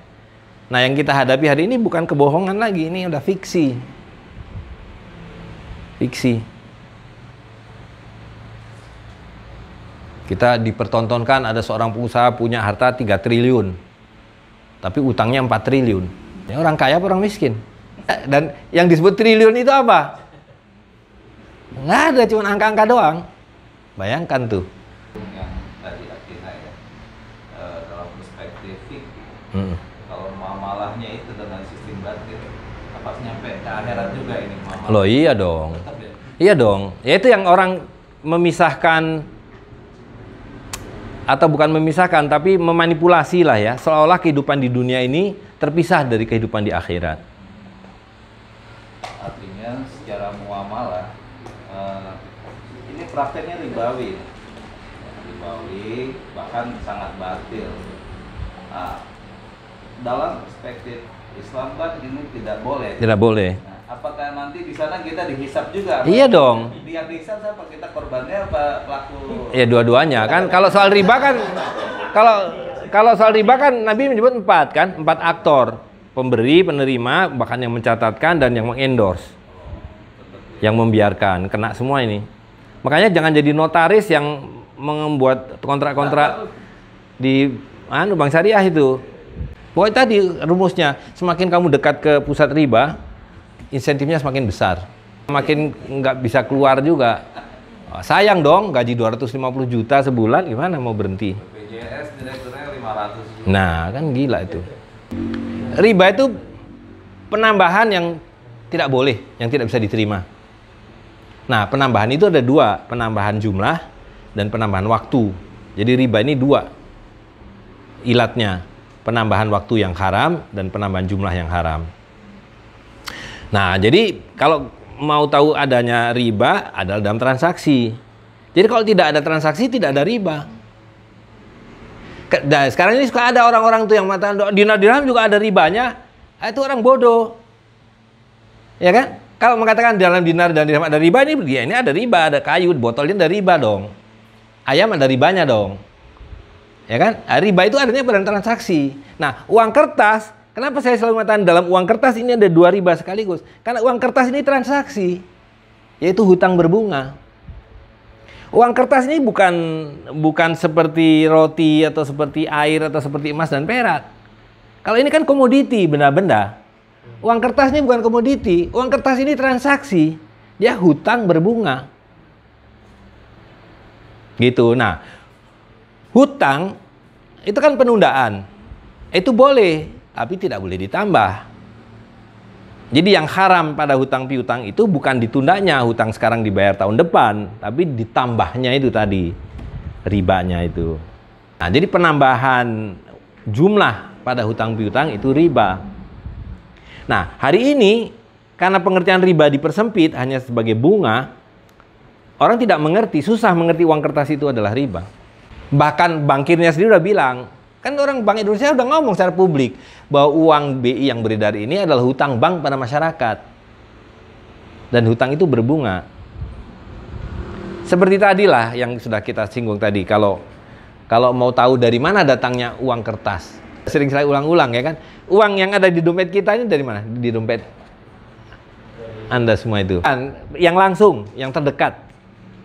Dari gaji, ya kan? Nah, yang gaji Anda dapat duitnya dari mana? Dari ngutang. Kalau dia perusahaan kan ngutang. Ngutangnya kemana? Ke bank. Nah, banknya dapat duit dari mana? Ngutang lagi ke bank sentral. Nah, jadi duit itu dicetak kalau ada yang ngutang. Kalau nggak ada orang ngutang, nggak dicetak. Mau buat apa? Emang bank sentral butuh duit? Bank sentral kalau cetak duit buat apa? Dihutangkan kan? Satu-satunya kebutuhan bank sentral akan duit adalah ketika pemerintah hutang atau ada bank swasta hutang. Yang sebagai surat utang negara. Nah, jadi surat utang ini kan terus beredar tadi itu. Ke perusahaan, kemudian digaji sampean. Tentu sampean tidak berhutang. Tapi uang ini, status hutangnya nggak berubah. Terbawa. Ada bunganya. Lalu yang buat bayar bunga dari mana? Kan pemerintah hutang 5 triliun. Berarti oke, sampean mau hutang sama saya 5 triliun. Saya cetak 5 triliun. Nah, kamu bayarnya dengan bunga ya, 3% atau 5% biar gampang. 5% dari 1 triliun atau 5 triliun, 20 berapa? Fahmi? 1/20 dari 100 triliun deh biar gampang. Berarti bunganya 20 triliun kan? Ada nggak bunga yang 20 triliun ini? Nggak ada. Tapi itu wajib dibayar. Jadi caranya bayarnya gimana pemerintah? Utang lagi. Dan ketika utang lagi dikasih bunga lagi. Itu sebabnya kenapa terus tambah dan harga makin naik. Nilai uang ini makin turun. Dari situ asalnya. Nah, hebatnya sekarang ini ada ustadz nih yang mengatakan ini para penggerak dinar mengklaim bahwa uang ini hutang. Kok nggak pernah dibalikin ke BI? Kalau itu hutang, coba bodohnya itu. Padahal orang BI sendiri udah bilang, ini uang saya ini yang saya edarkan ini hutang loh ya ke masyarakat. Gitu. Dan ini ustadz hebat nih, tapi ngotot bahwa kalau buktinya mana bahwa uang kertas itu hutang. Kenapa orang-orang yang mempropagandakan dinar dirham itu nggak nagih ke BI sana kalau itu hutang? Ini nggak ngerti dia. Nah, karena itu tidak dimengerti, dia tidak mengerti bahwa uang kertas itu adalah riba.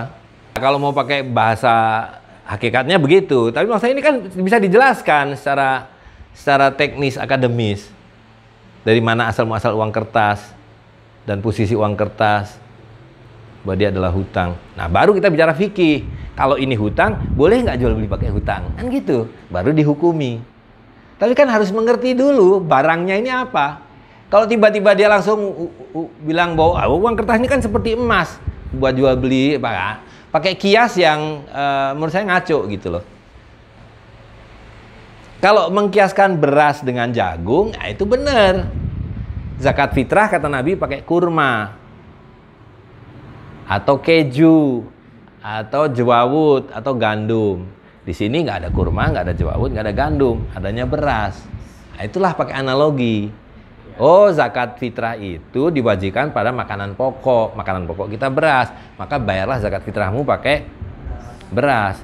Nah, sekarang emas adalah ain, harta milik masing-masing orang, ya kan? Kertas, nah ini kan bukan kertas seperti ini. Kalau mau mengandalkan emas dan kertas, ya kertas seperti itu. Itu satu tumpuk 100 gram, oh itu sama dengan kira-kira 1 gram perak. Nah itu kias yang benar. Tapi kalau kiasnya emas dikias dengan 100 ribu rupiah. Ini bukan kiasnya dengan kertas namanya, kiasnya dengan fiksi. Bagaimana mengkiaskan sesuatu dengan fiksi? Nggak ada nilainya. Gitu. Kiasnya batil. Jadi senaif itu mengkiaskan kertas dengan emas yang suka dipakai oleh seluruh ulama modern bahwa uang kertas itu halal. Gitu. Tapi kalau dilihat sejarahnya, munculnya fatwa yang menghalalkan uang kertas itu adalah munculnya petrodolar. Gitu. Karena pada mulanya ulama tahu bahwa jual beli itu harus dengan tunai, dengan ain. Lalu sekarang ada yang namanya petrodolar, minyak ditukar kertas. Bagaimana menghalalkan kertas yang haram ini? Nah, keluarlah fatwa dari ulama-ulama Saudi itu. Dan gak ada ulama lain di dunia ini yang mengeluarkan fatwa halalnya uang kertas. Cuma satu itu. Dengan gengnya. Sesudah Tabitah Alam Al-Islami. Kemudian OPEC. Ulama-ulama OPEC. OKI. Oh, bukan OPEC, OKI. Nah, itu cuma satu geng tuh. Ulama-ulama dari negara-negara yang jualan minyak dengan kertas pada petrodolar. Halal. Gitu. Nah, poinnya kan bottom line-nya itu sama. Ketika Anda memegang cash dalam pengertian uang kertas hari ini, Anda menjadi miskin. Tapi kalau yang Anda pegang komoditi, mau itu gandum, mau itu terigu, mau itu gula, mau itu teh, Anda selamat, ya kan? Nah, tapi hari ini ada persoalan bahwa yang namanya gandum, beras, gula, teh itu sekarang bukan milik kita. Tapi disuplai oleh segelintir orang, ada monopoli. Nah, itu ada problem lain. Ada problem lain, ya kan? Sehingga kita tidak bisa berdagang. Karena ini semuanya distribusi aja. Seperti contoh paling gampang, inilah yang memang dimonopoli lah, Pertamina atau listrik ini. Ini kan nggak ada perdagangan listrik atau bensin BBM ini. Yang adanya distribusi, berapapun yang ditentukan harganya kan kita cuma bisa protes doang. Kita nggak bisa cari penjual lain, nggak bisa nawar harga lain. Gitu. Nah itu sama, itu ada karena sistem riba. Kalau nggak ada sistem riba, Bisa kita punya PLN sendiri? Bisa nggak? Bisa. Di belakang rumah saya itu di Sentul ada kali. Ya, saya buka generator di kali. Tapi kan nggak boleh. Gitu loh. Dari kasus tadi sedikit lagi, pertanyaan lanjutan. Biar nggak mubazir waktu pemikiran yang selama ini terkuras, walaupun keliru ya, apa masih bisa diarahkan? Artinya misal pemahaman menganalisa usaha yang baik ketika di zaman kita menggiatkan muamalah yang ideal masih bisa kepake. Jadi begini, ini kalau kita paling yang basic ya, ini kita harus merujuk pada Ibnu Athaillah. Ibnu Athaillah kan mengatakan kamu nggak usah ikut sok campur tangan terhadap apapun. Semua Allah yang mengatur, semua Allah yang menentukan. Nah, kalau kita berbasis ini saja, semua universitas harus tutup. Betul nggak? Kan nggak ada yang namanya kompetisi pasar, yang namanya promosi, propaganda, ini itu semua yang diajarkan di universitas itu nggak cocok semua.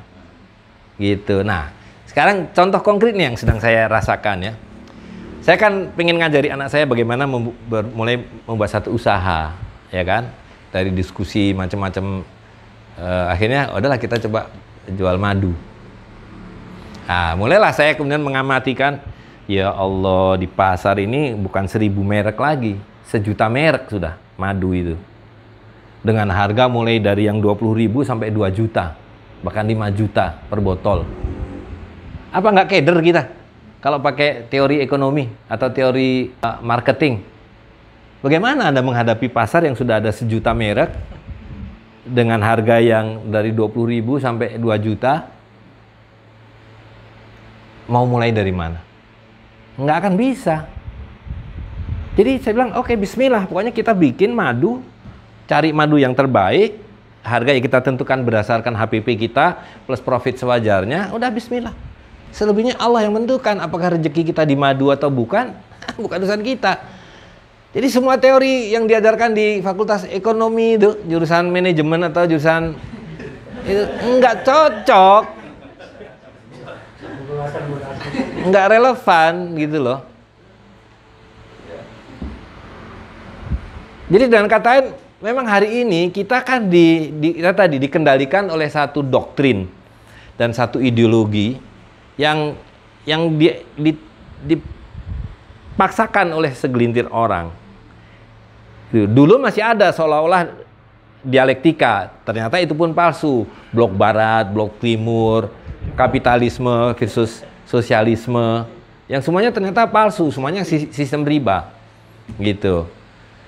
Nah, sekarang sudah tidak ada bahkan dialektika sosialisme, ini semua udah kapitalisme, udah riba, yang cuma satu sistem. Dan itu yang saya Abdul Qadir jelaskan bahwa Nabi mengatakan kufur itu satu milah. Nah, itu yang dijelaskan di buku membongkar sistem kufur itu, bahwa kufur itu satu, gitu. Dan inti dari kufur itu ya kufur, mengingkari apa yang dititahkan oleh Allah SWT. Gitu. Nah, kalau ulama-ulama itu kan kemudian memberikan penjelasan seperti Ibnu Athaillah itu dari segi penjelasan tentang hakikat, ya kan? Atau mungkin Ibnu Khaldun penjelasan secara sosiologis, historis, faktual dan seterusnya. Tapi at the end kan ya itu, bahwa hari ini kemudian dirusak oleh kehidupan kita sendiri, itu betul, dan justru itu yang membuat kita harus kembali ke fitrah gitu. Memang maksud saya gini, Allah kan mengatakan bahwa rezeki itu nggak dihitung-hitung, bahwa rezeki itu diberikan sesuai dengan Allah yang kehendaki, yang banyak-banyak, yang sedikit-sedikit. Nah, tapi itu kan dengan kondisi fitrah. Hari ini pergerakan rezeki sudah kita tutup dengan cara ya, kamu kalau mau berdagang hanya bisa di mall atau di plaza atau yang kita sebut sebagai pasar tradisional. Berarti kamu harus sewa lapaknya itu 3 juta per bulan atau bahkan 10 juta per bulan. Ini sudah menutup rezeki. Karena kamu harus bersaing-saing, harus pasang iklan. Nah, iklannya kamu budgetnya mesti 5 miliar. Itu menutup rezeki. Gitu. Nah, apa yang kita lakukan dengan pasar muamalah ini? Kan kita membongkar kunci-kunci rezeki itu. Siapapun silahkan datang di sini, berjualan di sini, tidak ada pajak, tidak ada riba, tidak ada saing-saingan. Kalau kamu mau saing-saingan, banting harga, kau keluar dari pasar ini. Seperti yang dilakukan oleh Khalifah Umar. Gitu. Jadi semua hambatan rezeki kita bongkar. Uangnya jangan pakai yang palsu, yang tidak ada nilainya, pakai yang real. Uang kertas ini aja sudah menutup rezeki kan.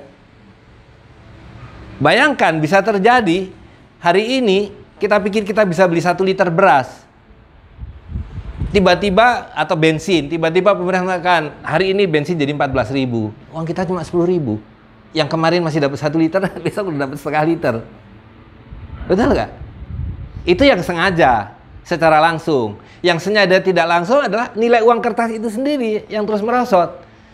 Kemarin masih dapat 5 kilo telur, sekarang tinggal 3 kilo telur. Nah, cuma karena waktunya setahun, 2 tahun, 3 tahun, 5 tahun kita nggak terasa. Waktu Krismon harga telur dari 2.000 menjadi 7.500 terjadi dalam seminggu. Orang teriak, Krismon, Krismon. Sekarang dari 7.500 menjadi 35.000. Ada orang teriak Krismon? Nggak ada, karena pelan-pelan. Kayak kodok rebus. Pelan-pelan, pelan-pelan. Tahu-tahu harga telur 35.000. Lah waktu Krismon 7.500 saya kita teriak semua kok. Sekarang 5 kali lipat cicing wae. Kalau kata orang Cimahi, ya kan? Cicing wae. Gitu. Nah, itu yang kita ingin berikan kesadaran. Adalah bangun.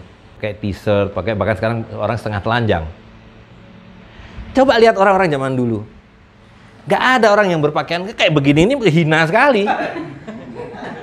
Coba lihat pakaian orang-orang Romawi, orang-orang Arab, orang-orang yang sebelum zaman modern ini. Bahkan orang Indian, pakai bulu merah, pakai baju kulit, pakai ini. Orang Indian pakai baju toga. Pakai baju apa? Mantelnya kulit, bison yang dihias-hias indah. Oh, respect gitu. Kita menghormati diri kita sendiri. Hari ini kita sholat Jumat aja pakai t-shirt. Pada Allah SWT mengatakan kalau kamu pergi ke masjid pakai pakaian yang terbaik. Orang setengah telanjang, bahkan telanjang. Nabi mengatakan dulu, sahabat mana ngerti waktu itu. Nabi mengatakan akan datang satu zaman di mana orang berpakaian tapi telanjang. Ada hadisnya kan? Nah, kita yang ngerti hari ini, orang pakai baju tapi dia sebenarnya telanjang. Gitu. Dan kita nggak telanjang, tapi kita tidak menghormati diri kita sendiri bahkan. Gitu. Jadi saya sekarang pelan-pelan mulai belajar juga pakai baju yang agak bener. Kecuali ke kebon, kalau kebon saya baru pakai kaos oblong. Dulu saya kalau sholat Jumat suka pakai kaos oblong juga, pakai jeans juga. Ternyata kurang ajar itu. Kita tidak menghormati diri kita sendiri. Bahkan ya kalau dalam sholat Jumat clear kan, Allah SWT kan di masjid Cirebon tuh ditulis ayat itu. Pakailah pakaian terbaikmu kalau pergi ke masjid. Tenaga sisa kan kerja dulu gitu. Pagi sampai siang. Iya. Kemudian kan tenaga sisa kan. Dan sekarang bagaimana kita bisa beli baju sebagus baju orang Romawi atau orang Andalusia atau orang Madinah? Mampu nggak kita beli? Nggak bisa. Kecuali polisi itu bajunya 7 juta. Jenderal itu bajunya 7 juta. Cincinnya ratusan juta. Kalau uang kertas saat ini kan sudah banyak yang dipalsukan. Kalau terkait dinar dan dirham ini, apakah mungkin dipalsukan atau gimana? Gak bisa, emas dan perak gak bisa dipalsu. Gimana mau malsuin emas? Misalnya bahan-bahan lain yang menyerupai emas atau... Ya kuningan. Ya itu kuningan namanya, bukan emas palsu. Tapi nggak mungkin... Ini hoax. Istilah yang diciptakan untuk mengatakan emas palsu. Emas kok palsu?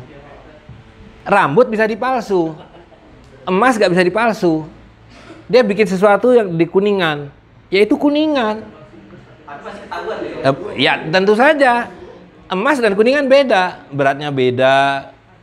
Nah, kalau dia bentuk perhiasan, orang bisa susah membedakan. Kalau yang belum paham perhiasan kuningan sama perhiasan emas. Tapi bukan berarti itu emas palsu. Itu tetap perhiasan kuningan sama perhiasan emas. Betul nggak?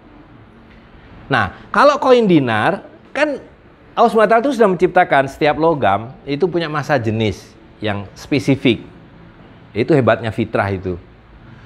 Massa jenis itu artinya perbandingan antara volume dan berat.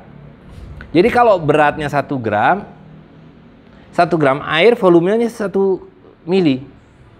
Tapi 1 gram emas tidak 1 mili.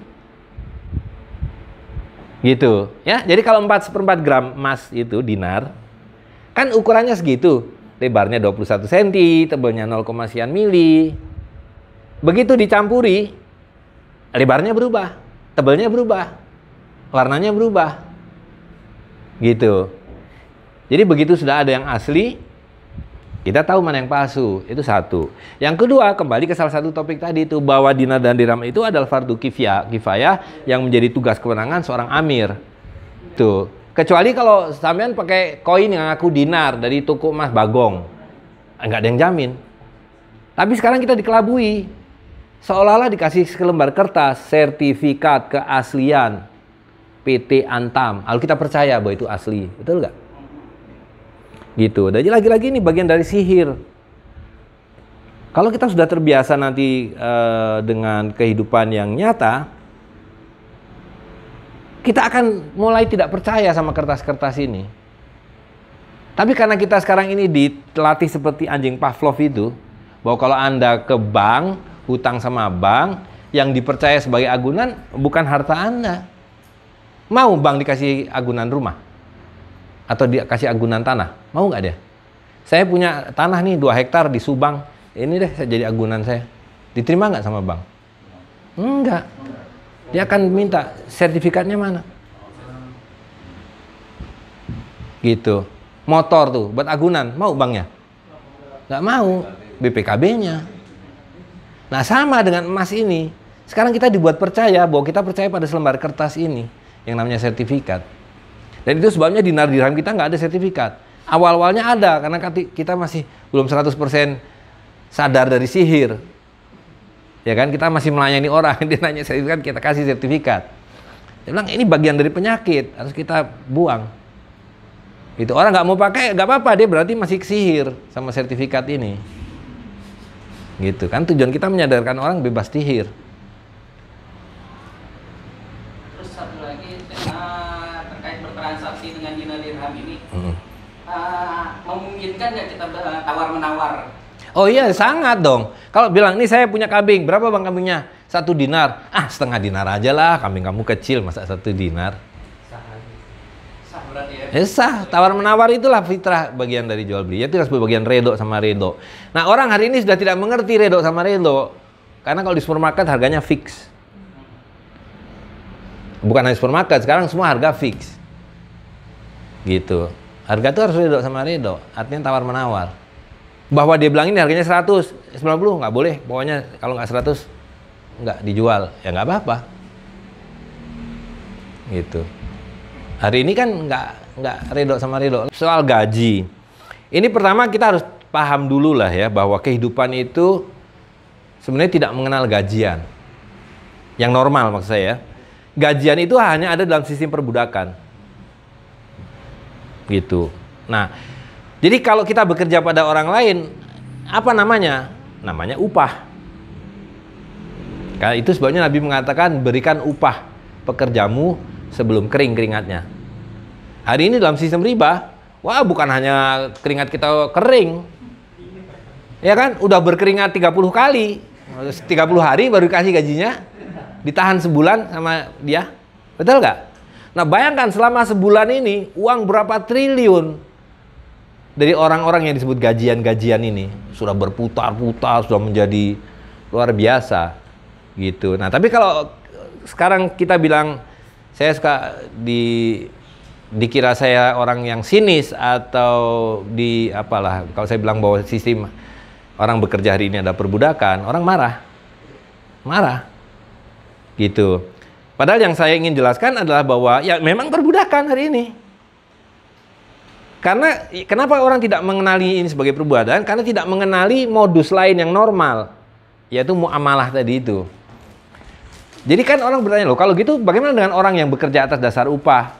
Ya boleh, tapi bukan seperti hari ini, kamu fix gajinya segini, digaji 30 hari sekali, ya kan? Terus kamu nggak boleh apa-apa dengan segala macam ikatan-ikatan. Itu perbudakan namanya. Gitu, ya kan? Itu satu. Yang kedua, yang lebih normal adalah dalam kehidupan yang sesuai dengan fitrah. Dalam muamalah itu kan hanya ada dua. Kalau kita berdagang, permodalannya itu melalui kirat. Berarti itu kita adalah kerjasama usaha perdagangan. Nggak ada orang gajian di situ. Kedua, kalau produksi kita bersyirkah. Nah, bersyirkah juga tidak ada orang gajian di situ karena kita semua pemilik bersama-sama.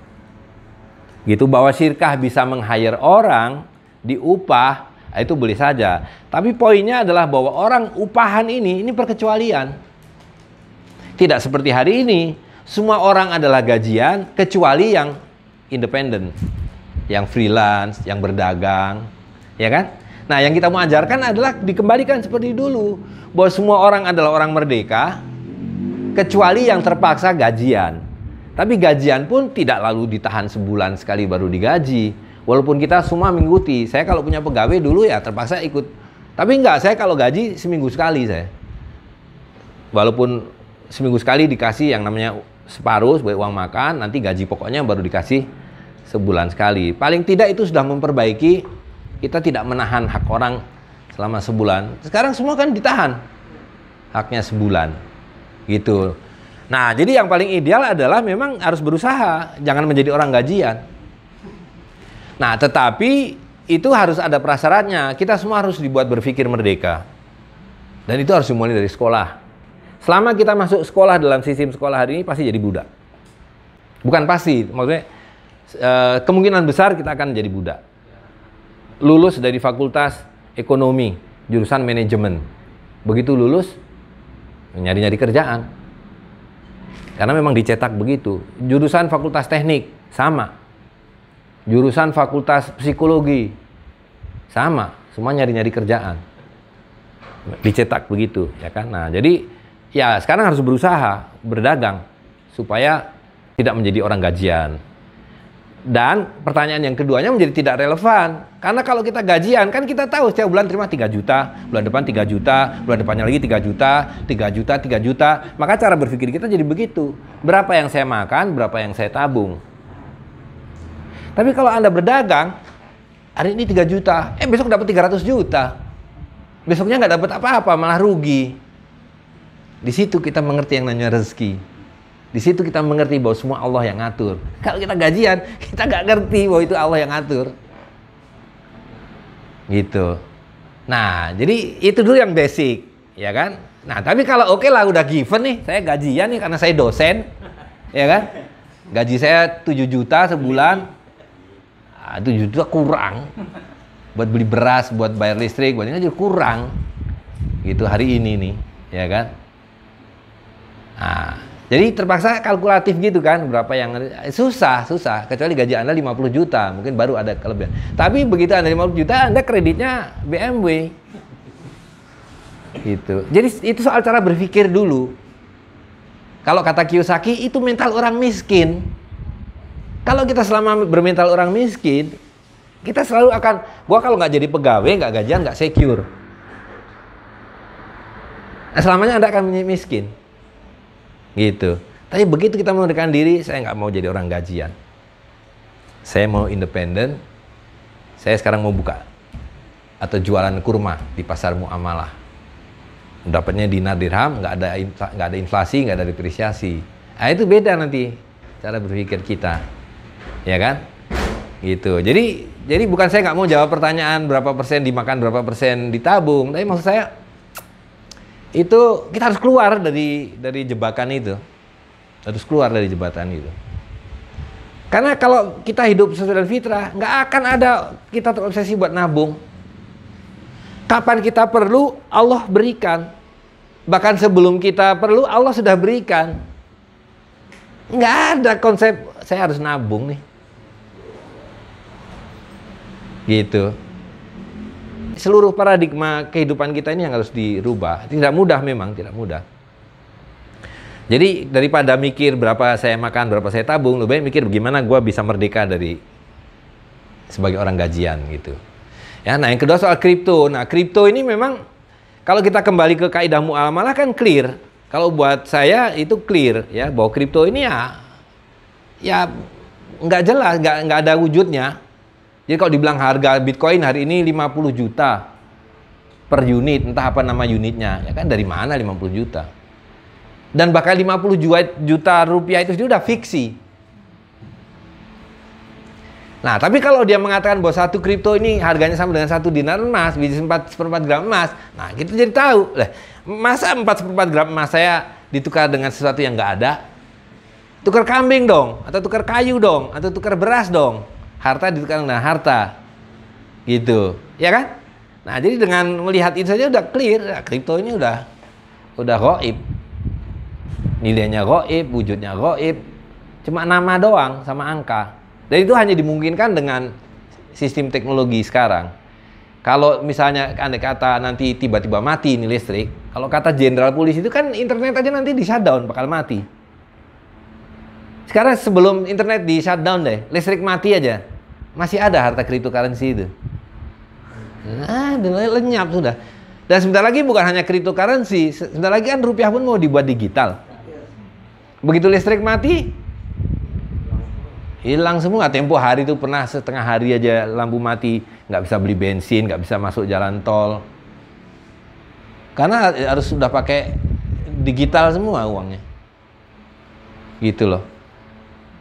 Nah, tapi kan kita dinina-bobokkan seolah semuanya mudah, praktis, ya kan? Begitu listrik, dan Rasul kan sudah mengisyaratkan kita, memang kalau belum kejadian belum percaya. Rasul kan sudah mengatakan bahwa nanti ini semua mati. Listrik gak ada. Buat kita kan, mana mungkin listrik gak ada. Betul gak? Itu sama dengan ketika para sahabat dibilang nanti akan ada orang-orang itu pakai baju tapi telanjang. Rasul nih ngarang ini. Kira-kira kan begitu kalau orang zaman sekarang. Masa pakai baju tapi telanjang? Kita melihat hari ini. Sama ketika Nabi mengatakan bahwa semua yang kamu miliki tidak ada nilainya kecuali dinar dan dirham. Kita beruntung, kita yang bisa ngerti. Bagi yang ngerti, para sahabat mana ngerti, dibilang emas dan perak kok kok semua nggak ada harganya kecuali emas dan perak. Hari ini kita bisa mengerti semuanya ini fiksi kecuali emas dan perak. Tapi sekarang kan kita ngomong begitu dianggap gila, bahkan ditangkap polisi. Tapi kan harus dikatakan dan harus diberitahukan, harus diajarkan. Ya terutama kalau polisi kan dia salah tangkap aja gitu loh. Lebih bodoh dari orang bodoh gitu. Tapi kalau yang masyarakat pada umumnya ini kan harus diberitahu. Tapi yang susah itu, yang harusnya mengerti ini kan ulama-ulama dulu. Sekarang ya. Tapi sekarang ulama-ulama yang mengerti ini, saya kok belum dengar gitu loh. Di Indonesia ini, yang ada ulama-ulama, ustadz-ustadz, kiai-kiai yang memberikan pengertian yang berkebalikan, yaitu bahwa sistem yang ada ini baik-baik saja. Sehingga kalau orang awam banyak yang mengatakan, ya kan saya ikut kiai ini aja ngomong begitu kok. Yang kemudian diformalisasi, fatwa MUI aja menghalalkan kok. Gitu. Nah, yang saya pengen itu sebenarnya coba kita jelaskan dulu pada ulama-ulama ini. Ya, kalau sudah kita jelaskan, baru mereka kasih hukumnya gitu loh. Itu MUI sudah jelas mengharamkan. Nah, maksud saya, jadi saya pakai istilah MUI aja mengharamkan. Gitu loh. MUI yang biasanya itu apa-apa halal, semuanya halal, itu diharamkan. Itu berarti kan udah saking jelas-jelasnya bahwa itu haram gitu.